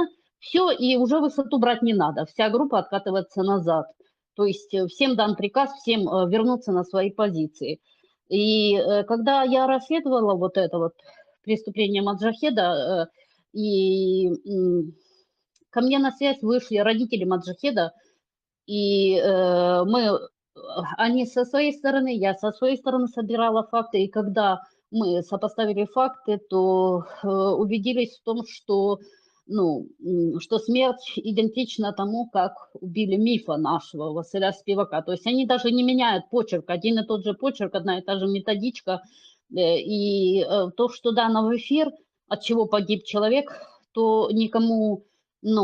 эта версия одна, и если ты начинаешь говорить реальные факты, сразу из тебя делают руку Кремля, ногу Кремля или еще что-то либо подобное. Чтобы вы поняли, как работает система в Украине, вот за это время, 10 лет я уже освещаю преступления вот этой вот мафии чеченских исламистов, которые приехали к нам в Украину. И за это время у этих людей появились миллионные состояния, а мне Украина по состоянию сейчас, у меня даже паспорт Украины уже закрыт. У меня нет ничего.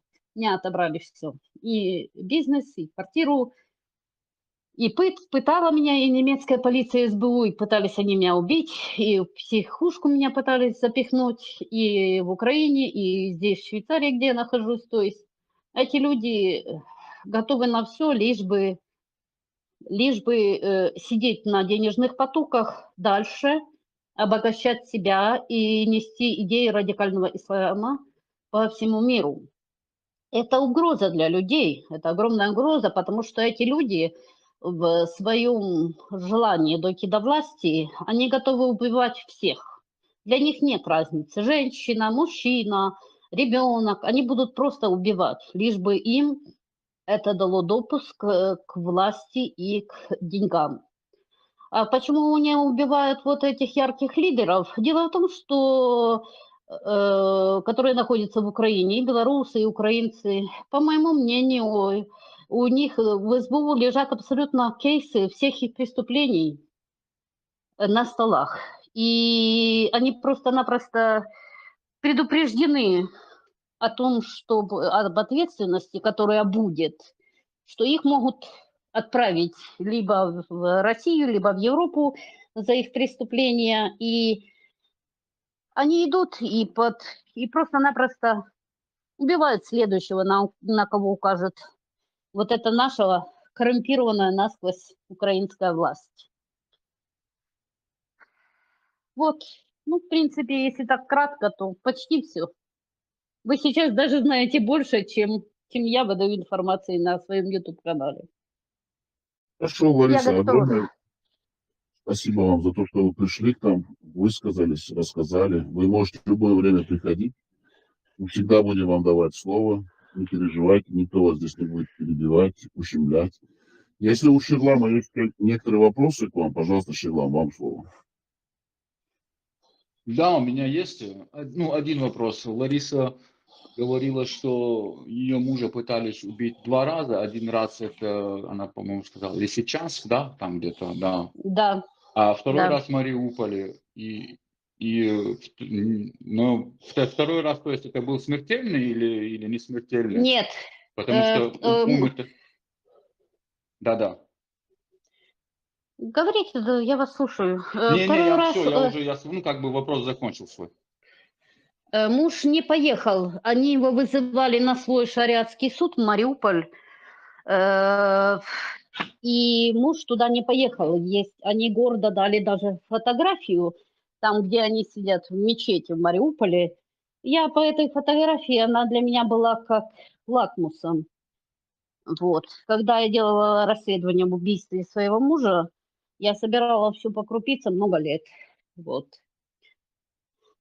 И он туда не поехал, и это сохранило его жизнь. А для того, чтобы узнать вот этих вот людей, они настолько уверены в своей безопасности, что они не боялись на тот момент. Сейчас они фото дают меньше, потому что знают, что, как Мусим Чуберловский говорил, что человеку нечего делать, она сутками сидит и собирает вот эти факты. Мне есть чем заняться. У меня очень много за эти 10 лет накопилось и проблем, которые мне создает моя власть украинская, и задач, которые надо решить. Но люди, которые убили чеченца, своего же чеченца, вот в моей голове это не укладывается. И поэтому я собираю вот эти все факты много лет, и очень многие факты они потом сами, уверены в своей безнаказанности, показывают. Они выложили, когда я сравнивала даты, когда муж всегда мне говорил, куда он идет, с кем будет встречаться, и когда я сравнила даты, когда его вызывали в Мариуполь, буквально в это же время Мусим Чеберлойский выдал фотографию, где они сидят в Мариупольской мечети, и там среди них был Адам Асваев, который просто так носа не вытащит из бункера, потому что он очень боится абсолютно всех. И точно так же, когда они ехали уже убивать моего мужа в Турцию поехал Казбек Абдурзаков. И есть у вас у Франции еще такой чеченец Казбек Айтукаев, который мне грозил убийством. Facebook. Это сообщение спецслужбы почистили у меня на... Я вас прерву, Ларис. Можно? Казбек Абдурзаков, вы сказали, да? Первый. Да, он Казбек Абдурзаков, он еще его фамилия Каскуразов. Я не знаю, какая фамилия настоящая. Он из Хмельницкого. Называет себя батальоном чеченского подразделения Шалена Сграя. Хотя я связывалась с контрразведкой, это было еще до убийства моего мужа. Это было в 2017 году, когда я связалась напрямую. Сейчас у меня этих контактов нету, потому что контакты были через WhatsApp, а все мои телефоны забрала немецкая полиция, и почему-то мои телефоны потом оказались в руках Доры Шнайдер и Елены Губерник, которые тоже помогают вот этим группировкам. И часть моих данных из моего телефона оказалась в руках Елены Денисенко. Денисенко, она сейчас в Украине, но она не является украинкой. Нету записи об этой особе ни в одном школьном журнале Украины. То есть человека, чтобы понять, кто он, украинец или нет, надо просто заехать в школу, где он учился, и поднять школьные журналы, которые когда-то писались ручкой, когда-то не было электроники. Вот, когда писались ручкой, второй это всё очень Казбек, легко как первый, проверить. это Абдурзаков, Ларис, а второй Казбек, как вы назвали фамилию? Казбек Айтукаев, он под такой Айтукаев, фамилией, ага. Айтукаев, он из Франции, этот человек тоже грозился убить меня, прямо, причем он не стыдаясь. И эти два человека были в Турции в момент, когда поехали убивать моего мужа. И, А вот этот Казбек Абдурзаков, он ведь, по-моему, до сих пор служит, да? ну, он до сих пор не служит. Эти люди, которые получают зарплату в Украине от правительства Украины, которые... Этот человек не служит. Это подразделение милицейское, которое просто-напросто... Милицейское подразделение, которое просто-напросто исполняет заказы МВД. И пиарится, ну, нам, украинцам, мне, как украинке, мне очень обидно, что вот приехали преступники. Ну, Казбек Абдурзаков, он жил много лет в Украине.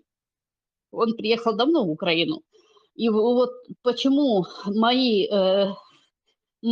родственники, у меня племянник погиб, офицер разведки, почему все мои друзья почти мертвые, и женщины, и мужчины, почти все, у меня друзей почти не осталось, их почти всех убили, а вот этих вот бандитов даже пуля не царапает, потому что они не бывают ни в окопе, ни в зонах действий, они выезжают в серую зону, как они потом иногда пишут в своих статьях, что они выезжают на снайпинг, как это писала Амина Акуева. У них есть снайпинг и задания от СБУ, и они выезжают в серую зону и оттуда совершают снайпинг. Только потом, после их выезда, почему-то умирают наши все лидеры вот, украинского сопротивления. Прошу прощения. Лариса, прошу прощения. Я вам несколько вопросов задам, коротких. Амина Акуева, ее настоящие данные, знаете, какие у нее украинские вот данные? Имя, фамилия? Наталья Никифорова, у нее 5 паспортов, и никто не знает, какой из них настоящий.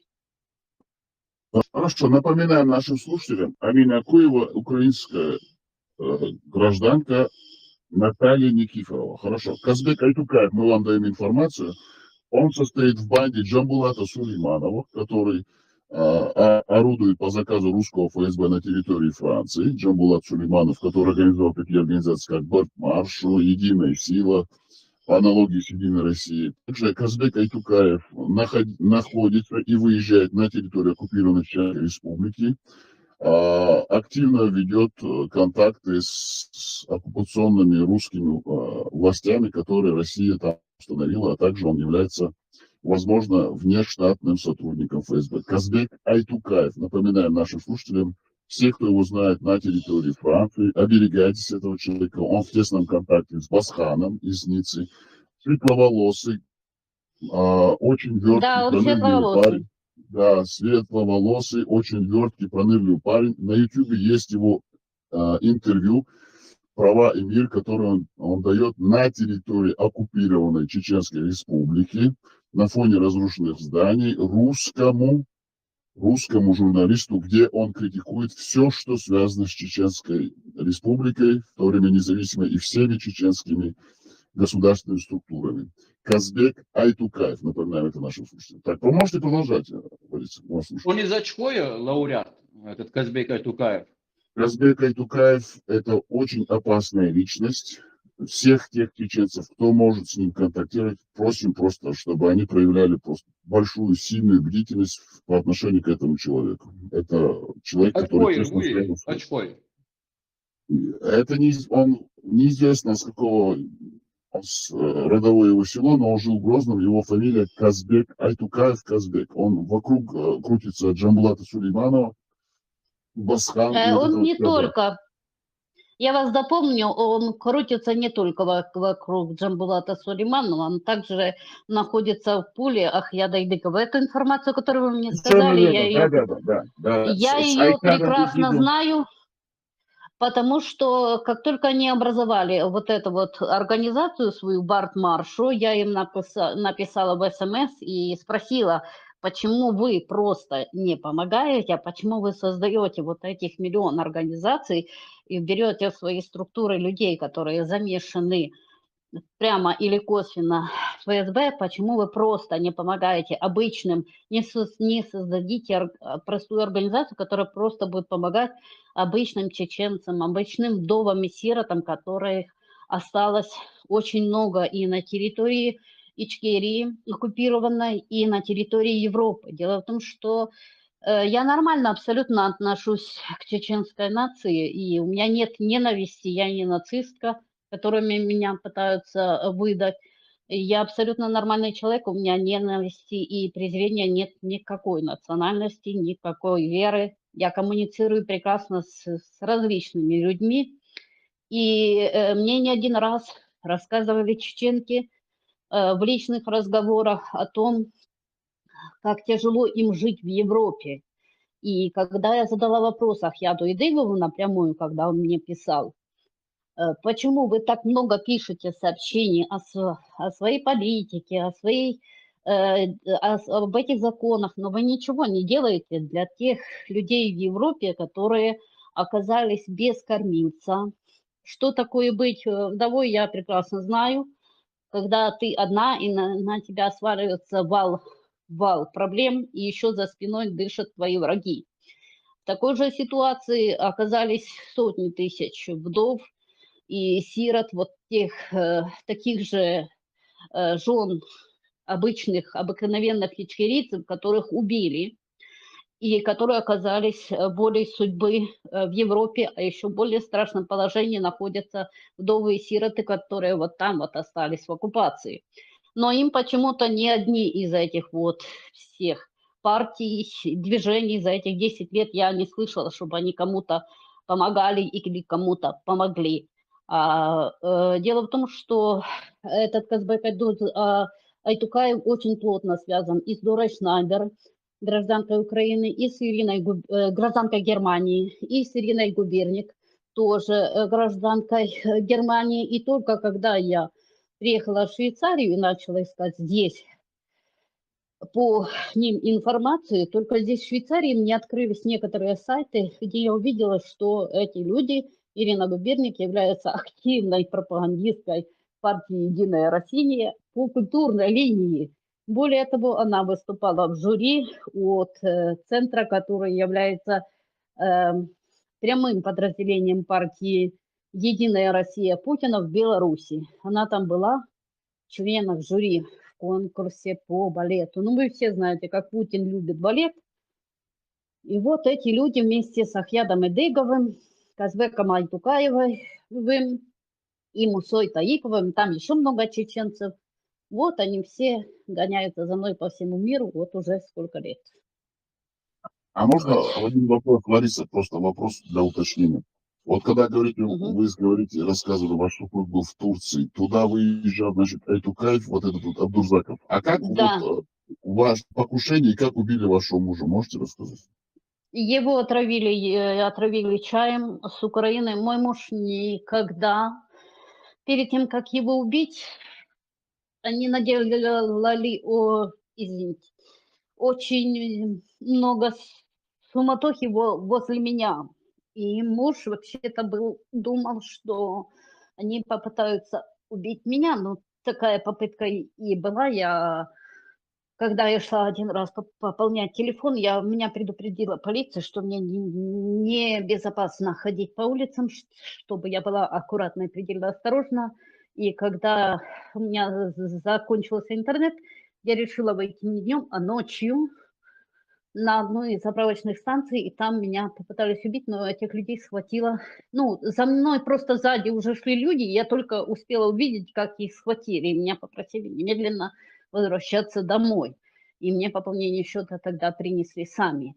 А у мужа на тот момент пропал интернет дома. Вообще пропал интернет, но мой муж тяжело работал, и он работал в пекарне, и так получилось, что эту пекарню перенесли совсем недалеко от места, куда переехал где жил мой муж в Турции. И мой муж никогда не ходил, убить его они не могли, они боялся, он был очень умелым воином. И в тот момент, когда у него пропал интернет, он подключался к месту со своей работы и выходил со мной на связь. И он сказал, что к нему приехал друг, и он пойдет с ним пить чай. И я говорю, что это тебе, это опасно, потому что друзья бывают разные, ты видишь, что творится, и я тогда чувствовала, что какая-то опасность, потому что, я не знаю, у меня прям я не могла ничего делать, было острое предчувствие какой-то опасности. Он посмеялся, что все будет хорошо, и пошел навстречу с этим другом. Буквально через несколько дней, прям на работе, в 9:30 утра, мой муж падает и умирает. Как сказали, сердечный приступ. Когда я начала собирать факты о том, кто именно к нему приезжал, ко мне на связь вышел Виталий Шведов. Он и являлся лучшим другом моего мужа, которому его представили в Украине. Он постоянно, на самом деле, мой муж дружил абсолютно с другими людьми, но Шведову он доверял очень сильно. И именно этот человек приезжал тогда в Турцию, и именно с этим человеком он и пил чай. А в самый момент убийства моего мужа, как я тоже узнала когда начала писать всем, кого подозревала в его убийстве, одна женщина, Елена Денисенко, она находится в Украине, которую я уже вскользь упомянула, она не украинка, она мало того, что постоянно контролировала процесс, когда именно умрет мой муж, а на момент его смерти звонила ему на телефон по WhatsApp и записывала этот звонок. Вот. Она же и дала мне скрин, где гордо утверждала, что она записывала этот звонок на видео. Извините, мне сложно об этом говорить. Извините. Вот. Сейчас страница в соцсетях Елены Денисенко, Дора Шнайдер и Ирины Губерник закрыты. Они несколько раз поудаляли своих основные страницы, потому что там очень много правды можно было бы узнать, если бы она открылась. Я же свою страницу в соцсетях не удаляю, мне ее просто заблокировали. И больше года я не могу туда зайти. Хотя я подавала свои данные в Facebook и пыталась зайти, но зайти туда я не могу. Да. Хорошо, Лариса, а вот кто такой Шведов? Вы могли бы сказать, кто он такой Шведов? Виталий Шведов – это украинец, который работал депутатом в администрации города Лисичанска. Он маленького роста, щупленький. Он подавал заявление в верховные депутаты, он баллотировался в верховные депутаты, но поскольку я его подозревала в убийстве мужа, сначала я его даже не подозревала. Почему-то он выпал из моего поля зрения, потому что он вышел со мной на связь, как только увидел, что я в соцсетях ищу везде по всем группам любую информацию от тех, кто причастен к убийству моего мужа. И он мне написал сначала в СМС на Facebook, потом на WhatsApp, чтобы я не искала. Он сам поедет в Турцию к родственникам моего мужа. Он прекрасно знает родственников моего мужа, и он сам поедет и сам проведет расследование. Он со мной был на связи до конца января 2018 года. То есть моего мужа убили 28 августа 2017 года, и он каждые 2 недели мне усыпал мою бдительность. Как я понимаю, они просто ждали, чтобы яд из организма, из тела моего мужа просто-напросто ушел. И чтобы даже при эксгумации нельзя было обнаружить вот эти частички яда, которым его отравили. Он мне каждые 2 недели писал, чтобы я нигде ничего не искала, а везде он выдавал себя как друга моего мужа. Вот, Виталий Шведов. Но потом... Похоронен, прошу прощения, Лариса, он похоронен в Турции, да, ваш супруг? Да, ни живого, ни мертвого его домой не пустили. Продолжайте. И потом, когда я ему уже прямо сказала, что я не верю, дай мне какие-то подтверждения в конце января, что ты там был в Турции, он мне сказал, что да, я был в Турции не один раз, я встречался с родственниками мужа, но они уверены, что ты ошиблась, что он умер сам, а я ему доказывала, что он не мог умереть сам. Потом ко мне на связь вышел один чеченец, который мне написал, его Ларамло был профиль в Facebook, я не знаю его настоящего имени, но я помню, что меня просто, извините, меня пытала немецкая полиция, и я могу ошибаться, потому что я сейчас говорю с вами без листа. Я сейчас говорю с вами все просто без подготовки по памяти. Laramlo.org. Такой был когда-то ник и такой был профиль. Он мне написал в Facebook, что на смс-ку, что он знает, что моего мужа пытались убить Амина и Адам, но почему вы постоянно пишете, что вашего мужа отравили?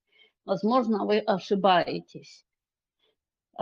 Я с ним вышла на контакт по WhatsApp, мы немножко переписывались, а потом он мне сказал, что я абсолютно говорю полную неправду, и что это я все придумала, что такого ничего не было.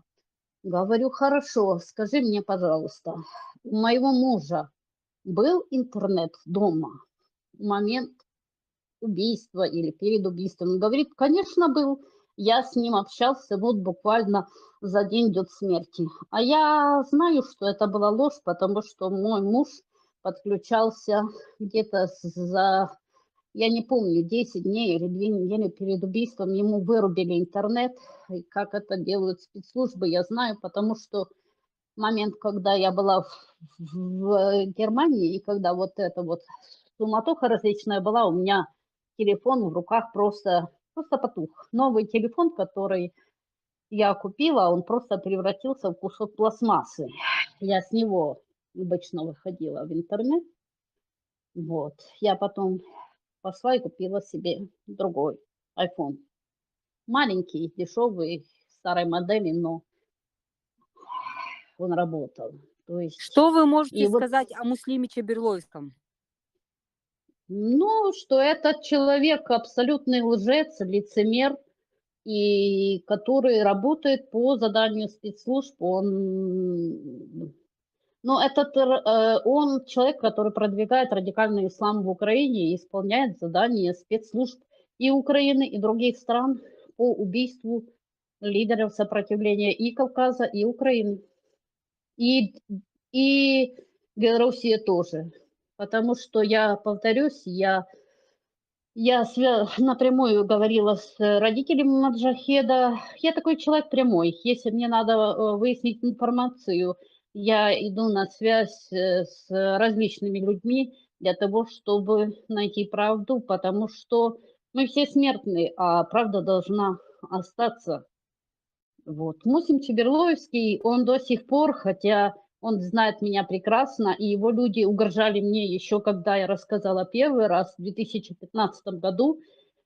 Не он прямо, по-моему, я не помню, кто мне звонил на телефон, но именно они мне угрожали, когда я рассказала первый раз в 2015 году о том, как они украли оружие, джип, как Адам Осмаев украл оружие и джип из подразделения Джахара Дудаева, а потом были убиты бойцы, у которых не было возможности спастись, потому что, например, у медика подразделения, которое отошло от батальона Джахара Дудаева, даже патронов не было. Вот понимаете, есть автомат, а патронов нету. Вот. Муслим И вот Муслим... Чеберлоевский имел какие-то отношения к Тейбу Чеберлоя? Вот этот факт можно, если не сложно? К Тегу Чеберлою, что вы имеете в виду? Ну, Расшифруйте Тейб свой вопрос. Чеберлой – это целое родовое начальство. Они имели какое-то отношение к Муслиму Чеберлоевскому? Я не знакома с Тейпом Муслима Чеберлоевского, но я говорю конкретно, только могу отвечать только за то, за те дела, свидетелем которым я являюсь. Я не знаю. Я не Всё, могу дать спасибо. ответ на Спасибо этот огромное. вопрос. Спасибо огромное. Пожалуйста. Вопрос можно задать вам? А вот турецкая Да. полиция, там есть какое-то заключение судебное, медицинское, экспертное заключение по поводу смерти вашего супруга на территории Турции? Мне неизвестно, потому что после того, как я подала заявление о преступлении и в полицию Германии и попросила, чтобы они связались с полицией Турции, после этого начала действовать группировка Ахьяда Идыкова против меня. Ахьяда Идыкова, Мусы Таипова, Доры Шнайдер, Ирина Губерник и очень много чеченцев, которые им помогали. И они начали подавать против меня лживые показания в полицию Германии. И это дело спустили на тормоза. Это дело просто-напросто закрыли, потому что эти люди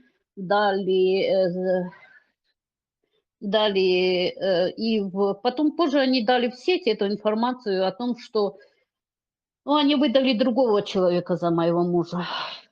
То есть они подтасовали факты для того, чтобы полиция Германии запутали они след этого убийства. Почему я думаю, что они тоже к этому прямо или косвенно причастны. У меня нет информации. Нет у меня информации, и пока я нахожусь в таком подвешенном состоянии, честно говоря, я даже боюсь обращаться в полицию, потому что после этого меня почему-то эта же полиция и пытает. А это, скажу вам, очень существенно подрывает здоровье. Кто Я в сейчас течение вам помогает в вашей безопасности? Есть люди, кто вам Никто. помогает? Никто не помогает. Я не доверяю абсолютно никому.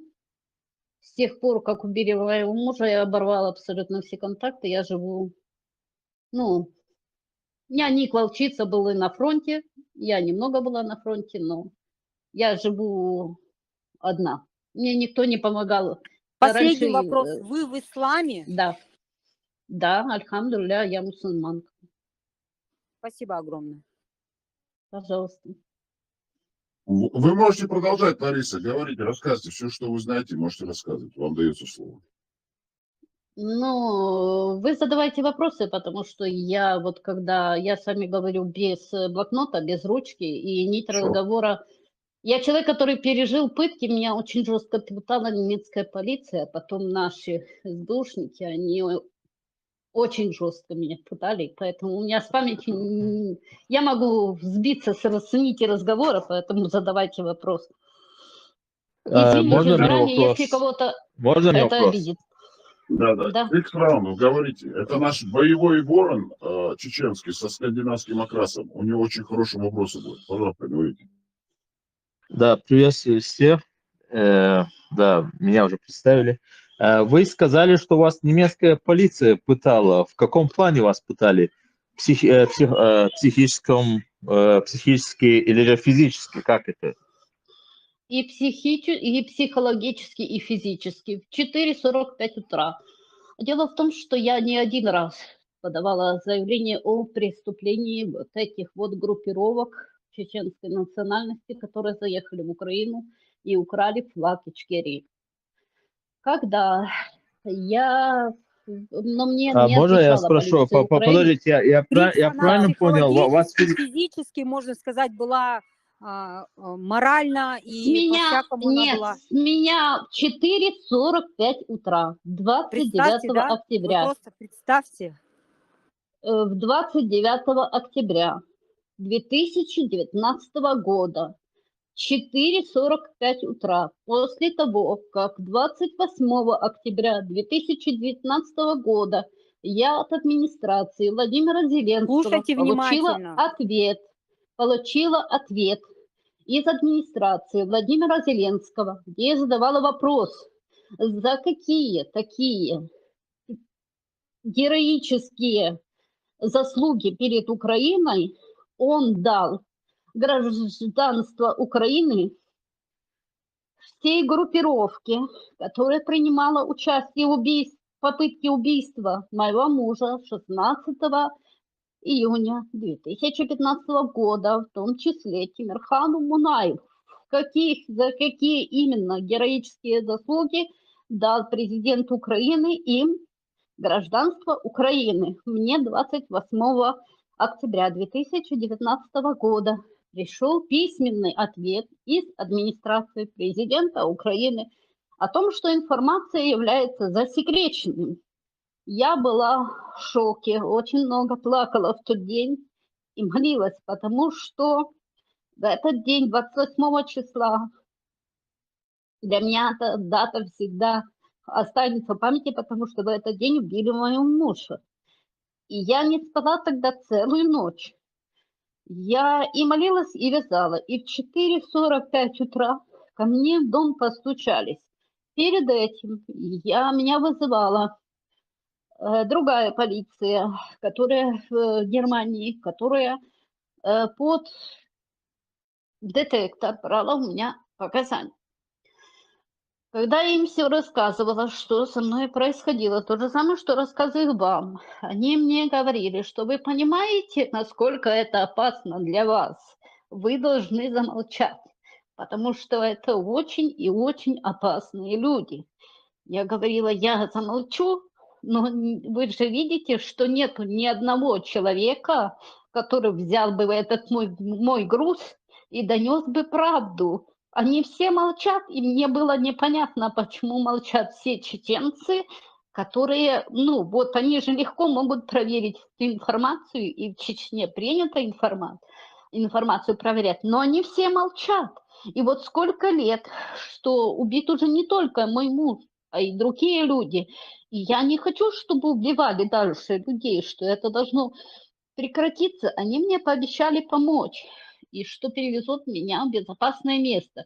И когда в 4:45 утра ко мне постучали и сказали полиция, у меня в первый момент даже страха не было, что, Меня просто перевезут в другое место, и все.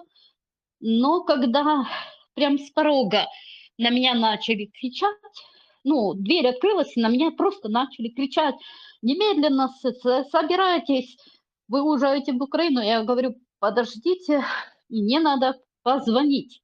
И как только я сказала эту фразу, мне нанесли в затылок удар, сорвали с меня хиджаб, сорвали с меня платье и просто начали меня бить.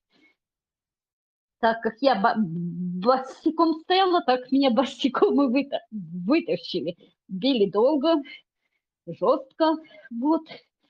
Психологически почему? Потому что я хиджаб с момента, когда его одела, я не снимала, и они меня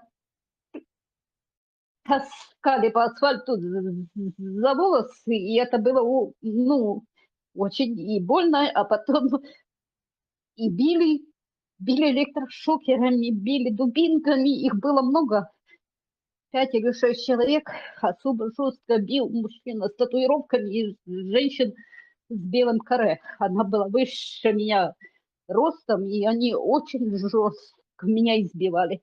Потом притащили полицейский участок города Пассау, били меня они на территории Нойризерштрассе 19, это монастырь в Баварии.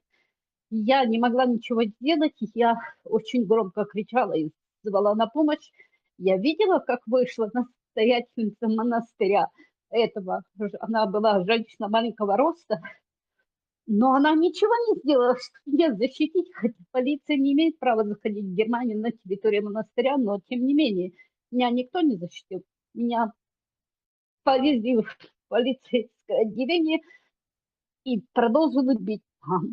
Я там, когда мне одевали кандалы уже, не только наручники, а одели цепь на ноги, и вот такой вот большой, как кожаный ремень, где-то как ладонь шириной, и металлической цепью его стянули под грудью. Я в тот момент потеряла сознание, вот, и очнулась в комнате в полиции, где меня водой поливали, ну и потом били дальше, потом был в клинику какую-то мне, они повезли, что-то там укололи. Я слышала, что врач называл мое имя. Дело в том, что после убийства мужа мне было очень плохо, я 3 месяца, я едва тогда не умерла, и меня знакомая семья немцев положила в клинику, чтобы немного меня, ну, подлечить от этого шока. Меня капали, проводили обследование, выяснилось, что я здорова, просто психологически очень большая травма. И вот этот врач меня узнал, говорит: я знаю эту женщину, а полиция им кричала, что я сумасшедшая, что они меня поймали на улице. Он ко мне обращался, но я не могла говорить, у меня почему-то пропал голос, и я не чувствовала своих ног после тех уколов, которые они сделали мне до прихода полиции, до прихода вот этого врача. Это было в клинике Пассау. Потом меня опять били, потом опять куда-то везли с мешком на голове, потом был аэропорт Мюнхена, где меня охраняли более 100 человек, и я не могла понять, что происходит. Я просила консула периодически, адвоката, но меня просто возили, я ходить уже не могла, я была уже на инвалидном кресле. Меня просто вот, я на инвалидном кресле, вокруг куча полиции, причем полиция стояла вот через каждых 5 метров, еще круг, еще круг, еще круг. И я не могла понять, что происходит и что я такого сделала, если я обычный человек, ну, я никаких законов не нарушала, я ходила на курсы, я готовилась начать практику, так как у меня есть диплом медсестры, я готовилась начать практику через Красный Крест. Я сдала на уровень языка на немецком на А2 и приступила к изучению Б1 и подала свои документы медсестры, диплом, все остальные документы, права на машину в Красный Крест в Германии, это легко проверить. Я не думаю, что они оттуда исчезли на той записи. Вот это все легко проверить. Ну, меня, тем не менее, забили чуть ли не до смерти.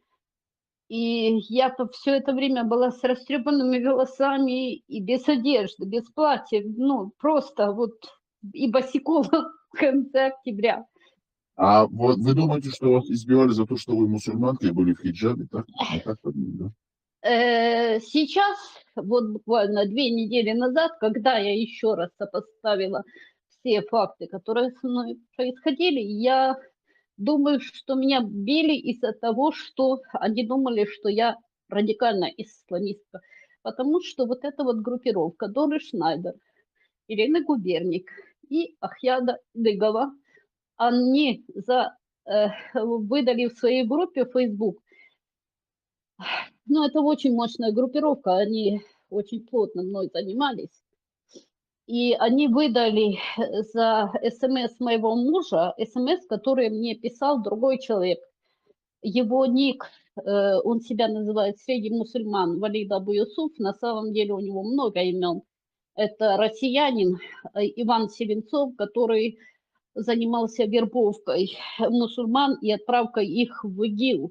В Германии он находился как чеченец, Аднан, не помню как фамилия, но Аднан он себя назвал в Германии, что он чеченец, когда он приехал из Украины, и он там пропагандировал именно радикальный ислам.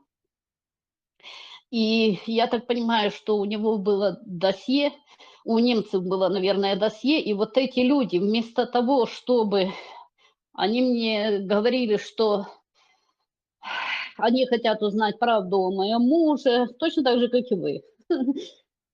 Вот, что это никуда не выйдет, точно так же, как и вы. И что это все пройдет хорошо, точно так же, как и вы сейчас говорите, что это никуда не уйдет. Но потом они это Давайте, выставили. Лариса, прошу прощения. Так выходит, что вот этот Абу Юсуф или Абу Валид, являясь этническим русским, выдававшим себя за чеченца, являясь проповедником ислама, так называемого русского православного ислама, не так называют, точно называемого, такое есть он, по Коране Сунни Мухаммада, они технично на вас дали информацию спецслужбы Германии, представив вас как исламской радикалкой, да? Мы так понимаем? Подачи Ахьяда Идигова. Сейчас, сопоставляя все факты, я не могу утверждать на 100% уверенностью, потому что я, повторюсь, я могу говорить со 100% уверенностью только о том, о чем я знаю на 100%.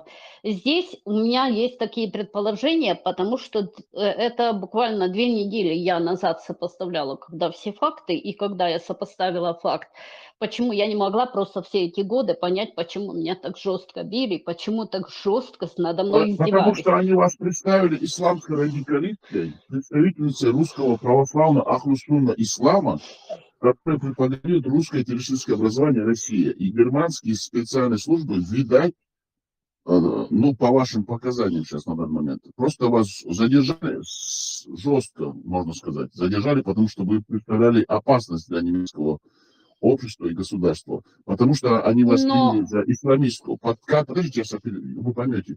А этот Абу Валид, этот русский православный ахлюсунщик, вот, который был этническим русским, но представлялся мусульманином, чеченцем, который приехал из Украины, и был, курировался именно СБУ, который является филиалом ФСБ, он техничную информацию на вас выдавал с подачи Ахьяда Идигова. И он вербовал чеченцев молодых для отправки в Сирию, как исламистов-джихадистов, а также они этим занимаются и сейчас. Они рекрутируют молодых чеченцев, у которых слабая психика, которые не разбираются именно вот в этих всех перипетиях русских спецслужб. Организация ИГИЛ, да, это получается? Они перевозят их сейчас в Украину, потому что уже в Сирии у них как бы уже завершилась спецоперация. Вот такие вот, мы вам тоже рассказываем именно их вот эти вот технический их подход и вот эта вот система именно рекрутирования, понимаете, Лариса? Поэтому вы являетесь жертвой русского ФСБ и украинского СБУ, который работает плотно на русское ФСБ. Продолжайте. Ну, Можно мне э, вопрос? Я вроде бы не закончил, вы уже далеко пошли. да, Дайте мне закончить. да, давай. Вас зовут Лариса, как я понял, да? Да, Лариса. Я пишу под своим Э, настоящим именем с первого дня. Я не прячусь. Хорошо. Хорошо, Лариса, касательно того, что вы были замужем за этого Ильяса, у вас есть свидетели, которые могут подтвердить фотографии, переписка или еще что-то, что можно было У предоставить? меня нет свидетелей. У меня нет фотографий, потому что мы хотели расписаться в Украине. Билет моего мужа, официально расписаться. Мой муж хотел приехать в Украину и купил билет на 7 сентября. Больше скажу, мы готовились не просто сделать фотографии, а мы готовились дать пресс-конференцию. Пресс-конференция была назначена. Точной даты не было, муж просто взял билет на Ларис, 7 сентября. Ларис, извините, пожалуйста, Да, я да. я просто вам скажу, как есть. Вот представьте, что я как бы расследователь, прокурор, да, я вам задал вопрос, у вас Мгм. есть свидетели Нету. живые Э, или фотографии? Живых свидетелей нету. Никаком занимался муж, и он держал никак в тайне, потому что он не знал, как сказать своей жене, что его есть еще одна жена. Нету. А никак вам кто читал? Этим занимался муж. Никак был прочитан на расстоянии. Не, ну так не бывает, потому что Так, я сам... у меня взяли разрешение, готова ли я. Ко мне звонил какой-то человек и спрашивал. Я не спрашивала имени, мне муж сказал, что мне позвонят и спрашивают, готова ли я выйти за него замуж. Мне звонил какой-то человек, но я не спрашивала его имени. Я-то ответила, что да, я готова. У вас нету ни фотографий, ничего, да? Ничего не осталось. Все, что было, у меня был отдельный телефон с мужем. Подождите, но Лариса, всё- подождите. Лариса, я сейчас Подождите, я помогу. договорю. Сейчас, Я Всё, помогу вам, что... я помогу вам, Лариса, подождите. Она вышла замуж по исламу. Никях был сделан. Она же является его супругой. Вот так вот, наши дорогие слушатели, вы слышите, видите, как выходят замуж по исламу. Вот так много чеченских девушек выдавали замуж по исламу, звонили, какие-то непонятные голоса, делали никях на расстоянии, никях мута, никях мисра и другие никяхи, которых 7 видов или 5, мы сейчас по памяти просто говорим. И так они уезжали в Сирию, а также в Украину сейчас. Вот эта Лариса является, возможно, жертвой такого русского ФСБшного никяха. Не надо... Абсолютно, я Хорошо, никакая я понял. не жертва Я никакого понял. радикального ислама. Не надо перекручивать факты. Никто вам не перекручивает. Я просто задавал вопросы. У меня вопрос еще. Вы сказали, что полиция вас избила. Хорошо. Это побои были зафиксированы врачами? Просто у меня есть одна знакомая. Мы могли бы обратиться напрямую в эту полицию, сказать, зачем вы побили вот эту женщину, по какой причине. И еще чуть-чуть шумиху. Могли бы шумиху поднять. Я Хорошо. готова поднять шумиху, потому что у меня огромная обида на правительство Германии и на полицию Германии, потому что я не один раз просила дать мне сделать хотя бы один звонок. И я просила консула Украины, я просила адвоката, но мне было отказано абсолютно, что нарушило абсолютно все мои права, все абсолютно конвенции по защите прав человека. И больше скажу, меня представили как радикальную исламистку не только в Германии, а и потом в Украине. У меня была огромнейшая проблема, мне до сих пор, по состоянию на сегодня, все мои документы, вы спрашиваете о фотографиях, у меня было даже золото, которое мне передали от мужа как свадебный подарок. Но все мои вещи, все мои документы, все мои телефоны, все мои записи, я писала книгу, которая называлась «Как убивали мою Украину», где я собирала все факты об убийствах наших лидеров, оно все осталось там, в той квартире на Нойридерштрассе 19. Меня вырвали не только из квартиры без одежды, босиком. Этому есть свидетели, потому что когда меня привезли в Украину на инвалидном кресле, меня почему-то встречала какая-то группа. Это было в Борисполе, в аэропорту. Вы можете поднять эти данные, можете позвонить в Борисполь, отдел, как они называли себя, что они из соцобеспечения Борисполя, и что им написала Яна, подождите, вспомню, Яна, и им прислали письмо, что будет ехать человек, инвалид, бомж, которого поймали в Германии. То есть это было они это письмо получили за несколько дней до того, как меня привезли. Но я не бомж. Есть в тот момент, когда я пришла в себя, у меня я пришла в себя только утром, где-то посреди ночи в больнице, и поняла, что у меня одежда в крови, и я начала ее судорожно стирать. Но я не могла понять, что происходит. Я вам верю, Есть. смотрите. Хорошо. И подождите, я договорю. Утром, когда более-менее у меня в мозгах прояснилось, я еще не могла понять. Я не могла вспомнить, откуда я, но я четко понимала, что мне надо позвонить в полицию и зафиксировать то, что меня избили, и то, что я уже в Украине. И я вызвала полицию прямо туда, в отделение травматологии города Борисполь, Украина. Вы можете поднять эти данные, потому что 29-го меня забрали из Украины, и 29-го ночью было темно на улице, я не помню, сколько было часов, у меня не было ни часов, ни телефоном, ничего. 29-го ночью я уже была в больнице, я помню, как мне ставили капельницу, и 30-го, если я не ошибаюсь, ноября я вызвала полицию к себе, она не хотела приезжать в палату, я не помню, какого числа, либо 30 ноября, либо 31 ноября я вызвала следователя и настояла на том, чтобы с меня сняли побои.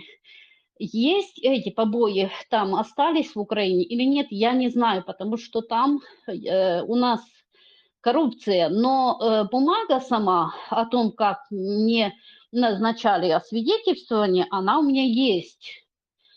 Вот. И я проходила освидетельство о побоях, и там были записи, у меня просто рана большая была на ноге, ожог от вот этих шокеров, потому что наши СБУшники, они еще больше пытали меня в самолете, чем немецкие. И чтобы я перестала звать на помощь, я уже ко мне немного вернулся голос к вечеру того дня, 29 октября, когда меня уже затащили в самолет на инвалидном кресле, я звала на помощь, и мне накинули веревку на шею, мешок на голову, и меня просто начали душить. Меня хотели там просто задушить и привести уже мертвую, как я понимаю. Я успела завести 2 больших пальца, у меня уже наручники в самолете, мне переключили девочки, которые были, меня перед самолетом осматривали. Я очень плакала, я говорить не могла. Они говорят, вам болят руки, потому что кисти у меня были уже в крови за целый день. Я говорю, да. Они говорят, мы сейчас вам оденем, только вы не бегите никуда. Я говорю, я не могу бежать, вы же видите, у меня ноги не ходят, и они мне одели спереди на руки какие-то другие уже, не металлические наручники, а уже кожаные. И когда мне набросили веревку на шею, я успела засунуть 2 больших пальца под эту веревку. И таким образом меня тогда в тот момент в самолете не убили, и перед этим я очень сильно звала на помощь. И с его самолета там был целый самолет, одних украинцев только. Подошла к ним одна женщина и начала громко говорить, что вы не имеете права, что вы делаете, зачем вы ее убиваете. И эта женщина, Дайте я ей ей благодарна очень успокоиться. сильно. И эта Дайте 2-3 женщина минуты успокоиться. не осталась со мной в больнице до самого утра, пока я не пришла в себя. Я, к сожалению, не помню ее имя. Вот. Но есть освидетельствование, можно поднять этот вопрос. Я Да, готова благодарю вас. говорить дальше. Можно мне дополнить то, что вот рассказывает эта женщина? Я могу сказать, что я не могу не сомневаться в том, что она сказала. Вы помните, Салав, когда мы делали это самое... Извините, сейчас, минуточку, сейчас я быстро расскажу. Когда мы делали эфир с Шерламом, да, мы рассказывали историю, как там были, про этих стукачей, про всех, да, там.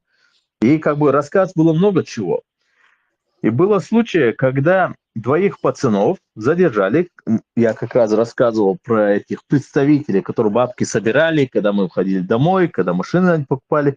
И вот трое ребят через этого чувака одного, который тоже был представитель, как ни странно, их было очень много в Белине, представителей Умарова, через него хотели сделать документы, чтобы, ну, уехать, да, кое-куда. Вы поняли, куда. И что происходит? К ним врывается полиция, и это самое, один из них был моим другом. Его отводит Ландескриминал Берлин, это ЛКА, это Берлин находится. Его отводят туда, в этот Ландескриминал Берлин, и рядом с ним садится ФСБщик с российским оружием. И ему представляет вот этот сотрудник ФСБ и так далее, он будет вас допрашивать. Тут, честно, удивительно, ничего нету. Побои, депортации и так далее, это известные случаи, когда избивали, реально были побои. Были случаи, когда депортировали одного пацана, когда он начал паниковать, чтобы его не депортировали, но все-таки принципиально не решили депортировать. Они посадили его в грузовой отсек, где там вот это самое, вещи, все это хранятся, туда посадили в наручниках и вот таким образом депортировали. Да. И то, что вы рассказываете, кстати, это очень интересно. У вас, как я понял, есть контакт с нашим ведущим. Будьте на связи, да. Я постараюсь через кого, ну, поговорить с одним моим знакомым человеком, она политик, кстати, тоже немка. И постараюсь этой теме, мы постараемся придать огласке, чтобы просто так это не оставить, да. К сожалению... Я вам буду очень благодарна. Да, мы постараемся, хорошо. Мы постараемся, но от вас, конечно, тоже будет это зависеть. Вам тоже надо будет поактивнее. Было бы хорошо, если бы вы дополнительно, ну, можно составить письмо для Евросоюза в этом Страсбурге, подать письмо, документации, как все происходило, что это было. Ну, еще можно постараться достучаться до журналистов, рассказать весь этот балаган, что творится в этом Верховной Раде Украине, как они там сотрудничают, как они там подкидывают там, как они убивают. Все это можно будет придать огласке, да. Но надо быть активнее. И вам тоже надо. Это хорошо, что вы начали уходить на связь через YouTube-каналы. Да, я надеюсь, что вы в данный момент находитесь на территории Евросоюза, как я понял, да? Нет, я не на территории Евросоюза, я нахожусь в Швейцарии в данный момент. Это более... Я боюсь находиться на территории Евросоюза, я им уже, ну, я боюсь, да. Это страшно. Да, а касательно немецкой полиции, вот политика вот этой, извиняюсь за выражение, надо говорить как есть, вот эта политика, которая была до этого Шольца, была одна такая, извиняюсь за выражение, пидораска. Ангела Меркель. Меркель. Да, вот эта пидораска да, была, извиняюсь за выражение, которая открыто сотрудничала. Ну, они сейчас делают, вот этот Шольц, вот этот тоже такой же, как и Меркель, пидорас, извиняюсь за выражение, такой же подставили свои зады под Россию, понимаете ли, там. Если можно, давайте вот такие речи, да, просто... Я просто верующий человек, и я не хочу вот этого слушать. Исламский. Да, хорошо. Да, сверху зады, да, вот так, заднеприводный. Вот так скажу, да, мы тоже верующие люди, я сам из Чечни, я верующий язычник, так что я тоже являюсь верующим. Но что хочу сказать, это все политика этой Германии. То, что она рассказывает, это для меня не новость, да, но почему я спрашивал про свидетеля, потому что это очень важно. Каждое свидетельство... Есть свидетель, есть. Дело в Хорошо, том, что это я Я лежала в травматологии города Борисполя в Украине. Вы можете отправить туда людей, поднять историю болезни. У меня есть заключение, то есть у меня осталась ксерокопия только заключения. Все оригиналы документов. Дело в том, что после Германии, вы если думаете, что в Украине это прекратилось, то вы ошибаетесь. Вот, меня не один раз, меня и в Украине потом пытались убить, и у меня много раз воровались все абсолютно документы, но ксерокопия есть, где так и написано в той истории болезни, когда меня привезли в Украину, меня привезли прямо в больницу и записали меня как бомж, то есть по показаниям полиции я была бомжом. И когда мне сказали в больнице, что я бомж, я была в шоке, потому что я-то помнила, что я не бомж. Но вспомнить четко, у меня была потеря тогда памяти кратковременно. Я не могла понять, почему они мне говорят, что я бомж, если я не бомж. Если у меня есть дом, я точно помнила, что у меня есть и дом, и квартира, но я не могла понять, почему мне все говорят, что я бомж, и приносят какую-то такую странную одежду. И я потом... Ну, Вот видите ли, это все есть. да, хорошо, что есть. Дело в том, что Австрия, Германия, как и украинская СБУ, забита, напичкана агентами России. Она просто напичкана. Но много было случаев, когда выявляли агентов ФСБ среди Verfassungsschutz, среди полиции. Есть такие лояльные, которые служат также в немецком Бундесвере. Я больше говорю о Германии, чем Австрии, потому что я жил в Германии когда-то, то же самое. Да, так что тут удивительно ничего нету. Кстати, за моей спиной, уже договорившись с МВД из России, хотели меня тоже отправить. Да. И, кстати, это благодаря мусульманам. Вот этим мусульманам, правоверным, там, заднеприводным, которые старались мне напакостничать. Да. Это тоже, кстати, Но я не знаю, против меня вот эта вот группа Ахьяда Идыкова, они везде о себе говорят, что они не относятся к мусульманам, что они демократы, Ахьяд поэтому Идигов, я... да, Лариса, просто дополняю то, что вы сказали. Ахьяд Идигов является очень сильным правоверным русским православным ахлусунным мусульманином. Он стоит на шариатских основах по Корану и сунне пророка Мухаммада и слову Аллаха и является установителем шариата на территории Чеченской Республики во времена правления Зелимхана Яндарбиева после убийства первого президента Республики. Я не буду углубляться в эти термины, Вам потому не надо углубляться. что... Вы не углубляйтесь, это мы для информации, для наших слушателей. А вам это не надо, это вас не касается. Хорошо, Сараф, вы продолжайте. Хорошо, что эта женщина сюда пришла. Поговорите, я буду тихо слушать вас. И я надеюсь, что вы не первый раз будете заходить к нам, подписывайтесь. Эфир, если будет что-то вспоминать, можете добавлять, хорошо. Вы можете продолжать тихо, спокойно.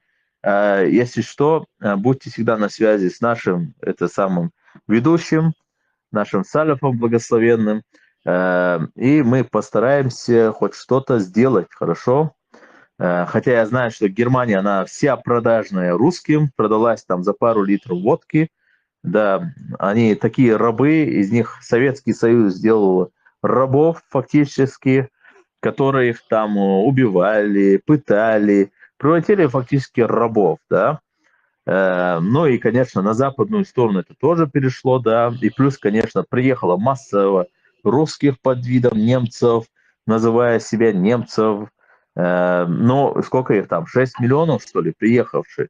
И они тоже занимаются там пропагандой, там, как и турки занимаются своей пропагандой, как и арабы, как и многие, как и мусульмане, да. Вот, ну, русские более преуспевают, потому что Россия им подкидывает неплохие бабки, да. Вот так вот. Но мы постараемся, да. И я надеюсь, что в скором времени придет конец этой гидры. Дай бог, что пришел, да, конец, да. Либо будет глобальная, там, масштабная катастрофа. Хотелось бы дополнить, что русский православный ислам будет изжит с территории западных стран, потому что мы выбрали нашего президента Дональда Трампа. Дональд Трамп сейчас у власти, он будет жестко заниматься русским православным ахлу-сунна исламом и Владимиром Владимировичем Путиным и его командой. Он Россию полностью развалит. Дональд Трамп наш президент. Make America great again. Продолжайте. Да, я, кстати, еще год до его избрания за него агитировал. И просто И жестко, да. для информации наших слушателей, а также всех тех, кто нас будет слушать, этот канал создан, эта площадка создана, свободная площадка создана свободными людьми для свободного волеизъявления, свободными чеченцами. Благодарим всех наших этнических модераторов, которые успешно противостоят всем DOS и вирусным атакам. У нас буквально 5-6 дней назад до 10 тысяч подписчиков довели на канале, но потом они сейчас сбросили до 970. Были подвергнуты мы беспрецедентной хакерской, троллевой, вот этой ботовой атаке со стороны российского террористического государства под названием Россия. И хотелось бы озвучить очень хорошую новость. Дональд Трамп уже практически дал распоряжение своему будущему кабинету, именно своим советникам, администрации будущей президентской, чтобы они выделили пакет помощи финансовой именно для для свободных чеченцев, в частности, вашему покорному слуге, для продвижения демократических ценностей в чеченском интернете, в чеченских средствах массовой информации. Продолжайте, Хрисла, может, Машаллах. Да, Можно я вопрос хотел героини? добавить, я сейчас быстро закончу, Бяхку Милайша. Я хотел бы сказать, кстати, касательно санкций, внесенных большинство после оккупации Крыма, это были большинство, кстати, республиканцы. Примерно Майк Помпео, который вводил массовые санкции, да, там, на преступников, точно так же, который вводил санкции там на Кадырова, на его окружение, благодаря Майку Помпео, многие преступники уже больше не могут въезжать сюда на территорию Евросоюза. Это были республиканцы. Тот же, например, Джон Маккейн, величайший Джон Маккейн, к сожалению, его больше с нами нету, но он величайший человек. Этого человека самый такой, скажем, такой первый человек Америки, который я уважаю среди политиков, да. Он, например, понимал суть. Он тоже был республиканцем. Кто бы что бы ни говорил, что там они там русские, подрусские, зарусские. Нет, республиканцы таким не является.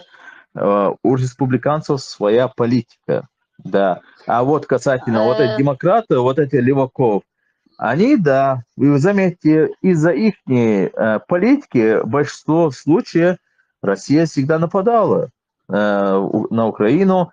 Например, оккупация, например, Крыма произошла во время правления этих демократов, нападение на Украину вот сейчас в 2022 году, опять же, во время правления этих демократов, когда нужна была поддержка, когда призывали помочь им, демократы мямлили, ничего не хотели давать, да. Ну и надо сказать, надо честно признать, вот все финансовая помощь, которая идет Украине, она воровывается. Там просто коррупция просто ужасная, что просто уже мотивация теряется, что даже не хочется уже больше помогать, потому что там воруют реально бабки, понимаете ли. Там есть Можно много я чего вас есть. дополню? Да, конечно. Можно я вас дополню? Вы говорите о республиканцах. Дело в том, что я знакома с людьми Виктории Спарц со своего основного профиля Facebook, который сейчас в данный момент уже больше года заблокирован. Мне не дают туда доступа. Именно Виктория Спарц – это украинка, она тоже республиканка, она была тогда членом Конгресса. И сейчас она тоже вышла в Конгресс от республиканцев. Я связывалась с людьми Виктории Спарц, и я им сообщала о тех коррупционных схемах и действиях, которые происходят у нас в Украине, и просила, чтобы они если могут помочь Украине, чтобы они помогали напрямую подразделениям, минуя вот эти все фонды и минуя вот эти все министерства. Но Викторию Спарц в Украине, правительство Украины, которое находится сейчас, захватило власть в Украине абсолютно антиконституционным способом, оно высмеяло вот эти вот конгрессвумен. И я недавно на Ютубе даже дала запись, как это, по-моему, последнее мое видео, как группировка Ахьяда Идыгова, Дора Шнайдер и Ирина Губерник насмехались с того, что я даю данные республиканцам о коррупции, которая захлестывает Украину, и что мы никогда не выиграем. Дело в том, что когда я была в теробороне Киева, когда нам привозили первые вооружения, чтобы мы могли отразить атаку кадыревских войск и русских войск, которые надвигались на Киев, мы все знали, что эту помощь нам дали именно республиканцы.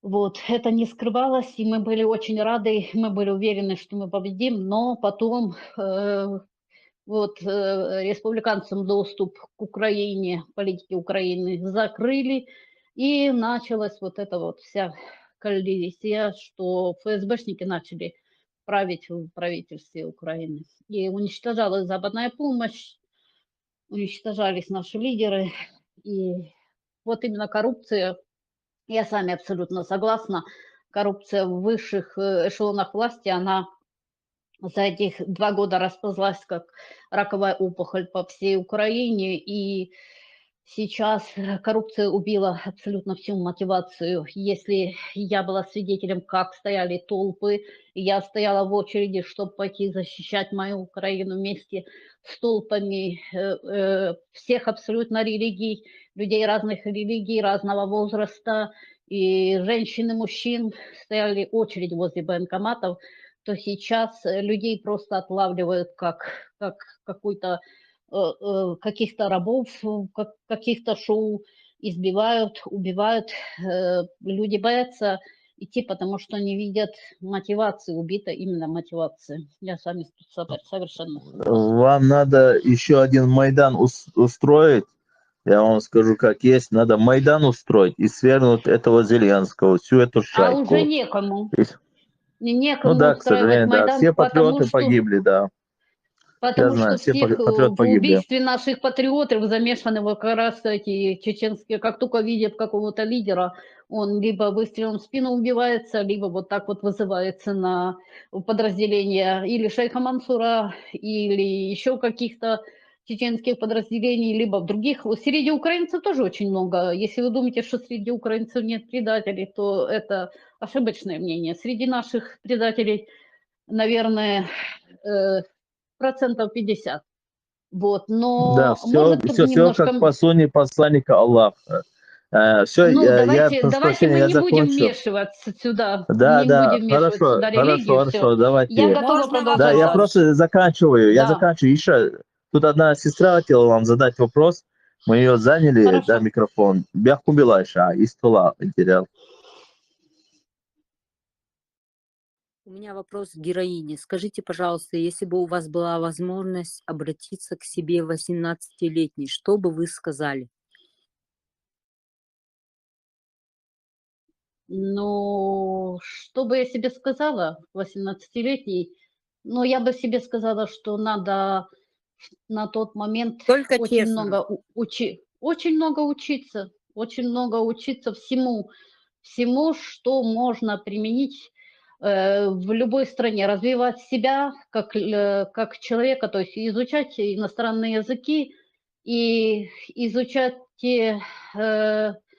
наверное, в первую очередь изучать иностранные языки, потому что без знания иностранного языка очень сложно применить свои знания в различных Спасибо. областях Второй за вопрос границей. можно? Да, Будучи в слушаю. смешанном браке, что вы можете сказать? Какой семейный институт чеченский семейный институт был планирован в вашей семье, будучи в смешанном браке? Я не ощущала, что у нас брак смешанный, и лучшего мужа, чем мой муж, и лучшего семейного устоя я и Смешанный брак – представить это себе не когда могла. две разные нации. Извините, пожалуйста. У меня это не ощущалось, потому что такого уровня заботы и любви и участия, какое у меня было, я раньше просто не видела. И меня абсолютно все устраивало, мне было очень хорошо, и мы строили большие планы, но ошибка только в том, что мы все отлаживали на потом. Никогда не надо отложить ничего на потом, надо все делать здесь и сейчас. У Я вас ответила есть на ваш общие вопрос? дети? Нет, мы не успели. Мы Всё, все слаживаем, спасибо. война. Да. Ирлан, у вас есть вопрос к нашей гости? Нет, лауреат, пока у меня вопросов нет. В принципе, то, что она сказала, я и так уже знал, то, что вот эти удостоверения раздаются Чеченской Республике, Ичкерия, вот Закаев раздает непонятным людям. Для меня тогда это было, когда я там был. Люди приходили не то что с судимостями, а у которых были с криминальным прошлым, имея какие-то непогашенные криминальные преступления и скрывались примерно в этом Абон, я помню, скрывались от вот этих судебных, судебного преследования, просто ждали, пока время пройдет, типа они говорили, что представляли суду документы, что они находятся в Абон, что они защищают Украину, там были разные и русские, и украинцы, и чеченцы, там такой сброд был, просто то, что вот сейчас Лариса сказала, я сам это видел, сам знаю, и некоторую другую информацию знаю. Так что пока у меня к ней вопросов нету. Я Хорошо. закончил. Да, спасибо, огромное спасибо. Лариса, у вас есть еще какие-нибудь вопросы к нашим спикерам или к нам, к вашему покорному слуге? Нет вопросов, есть дополнение. Пока вот это рассказывал человек под именем Шерлан, если я не ошибаюсь, то я вспомнила один такой нюанс, что батальон шейха Мансура прятал у себя за деньги криминального авторитета, который занимался крышеванием наркокурьеров на Западной Украине. И в скором времени, когда эту информацию давала не я, эту информацию давали спецподразделение, оно называется «Сонечко» на украинском языке. Эту информацию, не знаю, удалили ее или она осталась, не могу сказать, но они давали фотографии вот этого человека, я забыла, как его зовут, и за денежную сумму, я не помню, сколько он на месяц им платил, чтобы находиться среди подразделения вот этого именно шейха Мансура. И мне было непонятно, неужели чеченцы вот так вот не дорожат своим Нохчала, своим Кёнахала. Ну, о Кёнахала там даже говорить нечего. Я не знаю, я много раз задавала себе вопросы, вот мне непонятно, почему все эти годы, вот все чеченцы, не один вопрос, почему все эти годы, все чеченцы, которые видели об этих преступлениях, которые знают вот эти вот преступления, почему они все эти годы молчали? Ведь я прямо кричала через Facebook, А через что мы соцсети, я должны были записывала сделать? видео. Как Спорить Ну, не мы надо, должны, спорить, как мы спорить должны не были надо. поступить? Пускай она Ну, делает, как пускай что, достанет. смотрите, если действуют в Украине подразделения, которые называют себя чеченцами, они себя называли чеченцами, они подняли флаг Ичкерии, они же говорили не только от себя, они каждый раз, когда дают свои интервью, когда дают видео, они говорят обо всех чеченцах, и они себя ассоциируют со всем чеченским народом, они ставят памятники у нас сейчас под Украиной, они делают петиции, переименовывают улицы, название своих батальонов. Вот, Амина Якуева, сколько улиц назвали, сколько я не билась, как рыба об лед. Вот, не было бы я не знаю, пойдут дальше вот эта вот информация или нет. Это скорее не вопрос, а даже просьба. Вот. Просто попросите этих людей домой к нам, и обратно, откуда они приехали, потому что у нас своих предателей хватает, мы со своими разобраться не можем, у нас своих предателей очень много, а вот эти вот лица, называющие себя чеченцами, они просто добавляют криминала, хаоса, и убивают абсолютно всю мотивацию бороться к нашим украинским воинам, потому что если наши украинские бойцы, они сейчас как крепостные в правительстве Зеленского, они не имеют права даже, ну, у них одно право умереть, а домой можно вернуться просто либо калекой, либо мертвым. Другого нет ни закона о демобилизации, ничего. А вот в этих вот чеченских подразделениях хочешь воюй, хочешь не воюй, хочешь приезжай, хочешь надо в Европу, уезжай в Европу. Надо месяц побыть в Украине, живи месяц в Украине, но ты получаешь ту же самую зарплату, что и украинский воин. И это один из очень больших демотиваторов нашей обороны, нашей Украины. Просто что, ну, почему им вот такая вот, и никто из чеченцев этому, все молчат о такой ситуации, то есть всех все получается устраивает такое вот положение вещей, чтобы эти люди вот спокойно, ну, и дальше продолжали творить преступления в Украине. То есть это скорее просьба даже, чем не вопрос, что если можно, то сделайте все, что и больше, чтобы вот эти люди, я 10 лет уже, я устала уже, у меня уже нет ни сил, ни здоровья бороться с этой мафией, и чтобы они просто покинули мою Украину, ну, Всё понятно. чтобы Смотрите, Лариса, забыли вот даже их след. добавляю к тому, что вы скажете. Мы, как вы говорите, чеченцы, давно уже, 35 с лишним лет, говорим, что на территории Украины, на территории в то время свободной Украины, все правительственные структуры, государственные структуры, а также госслужащие, депутаты, СБУ, военная разведка, армия так называемая, делала совместные коллеги с ФСБ России, ГРУ, СВР. Украинская власть просто вся пронизана агентурной сетью русских специальных служб, таких как ФСБ, ГРУ, СВР, что все эти так называемые чеченские батальоны создаются СБУ, которая плотно курируется ФСБ, и по инструкции ФСБ все вот эти вот ГРУшные кураторы, ГРУшники во главе с Максимом этим Кириллом Буданом и также другими генералами, которые являются одновременно генералами ГРУ, СВР России, ФСБ, завозили и распространяли на территории Украины русский православный Ахру-Сунна ислам, что посредством религии они туда завозят, рекрутируют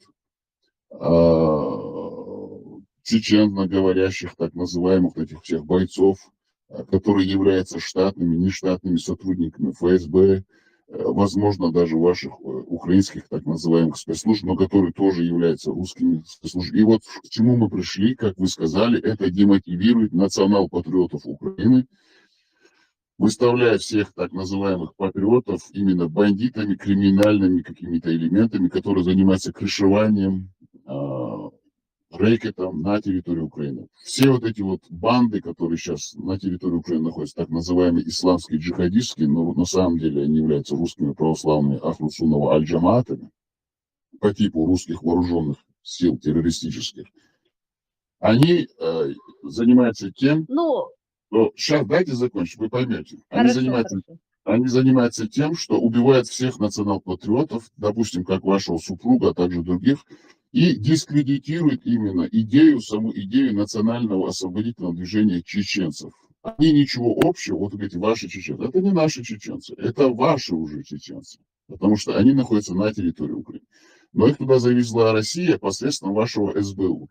И сегодня, а мы это говорим уже 35 с лишним лет, что этим занимается Россия. И вот ваши так называемые СБУшники, потакая своим кураторам и тем начальникам, которые работают в ФСБ, создали вот эти вот исламские, бандитские группировки, которые не подконтрольны официальным властям Украины, ни военному генеральному штабу именно Сбройных сил Украины. Об этом мы говорили, кричали, говорим и будем говорить. И призываем всех чеченцев, здравомыслящих, которые слышат нас, батальон шейха Мансура, какая-то там сграя, какой-то там батальон сграя, какая-то там, есть батальон Джахара имени Джахара Дудаева. Шизгая Грай какая-то там есть, там группировка тоже. Шалена сграя. Шалена Сграя, да, Шалена Сграя, батальон имени Джахара Дудаева, батальон имени шейха Мансура. Еще есть там еще одно подразделение. ОБОН, да, Закаевский ОБОН. Все эти структуры, так называемые, созданы, являются косвенно или не косвенно структурными или неструктурными подразделениями ФСБ России на территории или ГРУ или СВ России на территории Украины, которые плотно курируются ГРУ Украины. Эти люди должны быть привлечены к уголовной ответственности, выдворены в те страны в те западные страны, откуда они приехали туда, со всеми их досье, чтобы их судили как радикальных русских православных ахрусунно-исламистов. Потому что на сегодняшний день, как мы знаем, проблема ислама, джихада, джихадистов, радикалистов – это проблема всего мира, а распространителем и рассадником международного исламского терроризма является Россия. Все уши, ноги, руки растут из Москвы, ФСБ России, Лубянки. А им потакает весь арабский мир. Вот к этому мы пришли к заключению. Если у кого есть что дополнить, пожалуйста, дополняйте, и мы будем завершать наш прямой эфир. Еще напоминаю нашему сегодняшнему спикеру, слушателю, подписчику, который пришел, нашему гостю, нашей гости, что держите с нами связь, вы на многое у вас откроются глаза, мы вам поможем, чем сможем. Будут, возможно, психологическая какая-то реабилитация, юридические консультации. Держите связь с нашим слушателем, подписчиком Ширламом, а через него вы можете выйти на администрацию этого канала. Если есть у кого что добавить, пожалуйста, мы просим вас, мы будем завершать наш сегодняшний прямой эфир.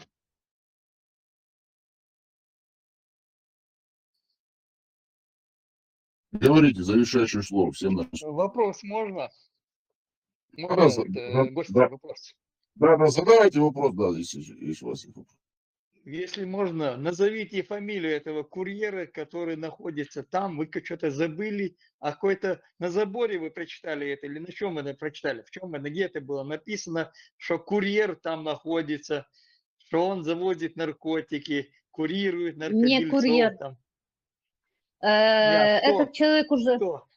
Это вы, Можно я вы отвечу, просто, да? если не назовете фамилию, я буду считать, что это ваши сказки, фантазии.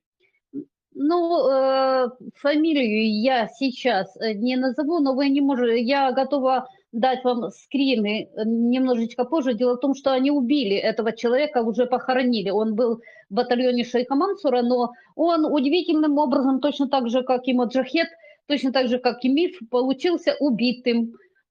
Через некоторое время, когда вышла публикация о том, что и он был не курьером, он криминальным авторитетом был, и его похоронили уже. Я просто пережила пытки, я с вами без подготовки говорю сейчас и без листа. И информацию я попробую ее найти, если ее не удалили. Если вы вбрасываете информацию, пришли, говорите А, я вы не должны вбрасываю. говорить и Б. Вы вбросом занимаетесь. Вы как раз являетесь давайте... работником ФСБ. Ничего, Лехот, подождите, Лехот, подождите, неважно. Она имеет право говорить, пускай, ничего страшного, Лехот, пускай. Я готова, чтобы доказать свои слова, Вы то, что сказали, вы не должны оправдываться. Это ваша версия, вы имеете право говорить. Я не оправдываюсь абсолютно, потому что этому есть подтверждение. И, не переживайте, Лехот, это наш спикер, он всегда критическое мышление, он всегда относится критически к всем. Хорошо, просто, у меня сейчас заблокирован профиль, я давала у себя на Фейсбуке даже публикацию по этому поводу на своей странице Facebook. Я просто не помню даты, и я попробую найти и дать репост на свою актуальную страничку Facebook именно этой записи этих ребят, потому что это подразделение «Солнышко», они работают в разведке Украины. Вот, не вся разведка куплена. И если можно, я у вас не совсем правильное понимание Ахлюсунна. Вот. Дело в том, что некоторые лица, в том числе Муса Таипов, если можно, я допомню, вот, они почему-то дают вот такие вот записи Ахлюсуна и приравнивают их к каким-то джихадистским движениям в Африке. А на самом деле это абсолютно умеренные мусульмане, которые просто верят Всевышнему и просят у него помощи абсолютно во всех делах. Я не знаю, о каких Ахлюсуна вы говорите, но те, которые мне известны, абсолютно мирные люди, и они, наоборот, точно так же, как и я, борются с радикальным проявлением радикального ислама, террором. и вот убийством. Да, И да. чтобы Нет, вы не не... переживайте. Это вы можете как хотите принимать, но это мы даем нашим слушателям, именно чеченоговорящим слушателям, а вы можете принимать все как хотите. Дорогие друзья, напоминаем вам, что на канале Ламан Марзу, ссылка скинута в этот печатный формат этого канала, открыт прямой эфир, там будут микрофоны всем включены, и там мы сможем продолжить обсуждение всей той информации, которую нам дала наша гостья. Мы ей выражаем огромную благодарность, мы будем ее всегда ждать, всегда будем ей давать слово и будем тесно с ней сотрудничать. Лариса, вам последнее слово. Спасибо большое, что выслушали, и я надеюсь, что все-таки прекратятся вот эти вот действия вот этих вот Что группировок у прекратить? нас в Украине. На корню все Э, будем Я выжигать, надеюсь. Лариса. Мы вам гарантируем, все на корню будет выжжено. Вся русская православная Ахлюсуна, а также весь этот ислам, судно пророка Мухаммада, и слово Алляха, черного каменного истукана, идола Ну, тьмы, вот смерти и луны, мы все это будем выжигать из чеченской нации. Это мы вам гарантируем. Переходите по ссылке, которую мы сейчас выложили в печатный формат этого канала, а там вам администраторы этого канала будут включать микрофоны и продолжим наше обсуждение. На этом мы заканчиваем наш сегодняшний эфир. Flying Dutchman, берите в бразды правления ваши руки. Огромное всем спасибо. Махкой Адикел, дат Ахаберт Гел, Вейн Пейда Хуршулитин, Нисон Децанан Техашто, дат Ахаберт Гел, Марш Адикел Шумасера. Аллаху Экбер, Аллаху Экбер, Аллаху Экбер, Аллаху Экбер.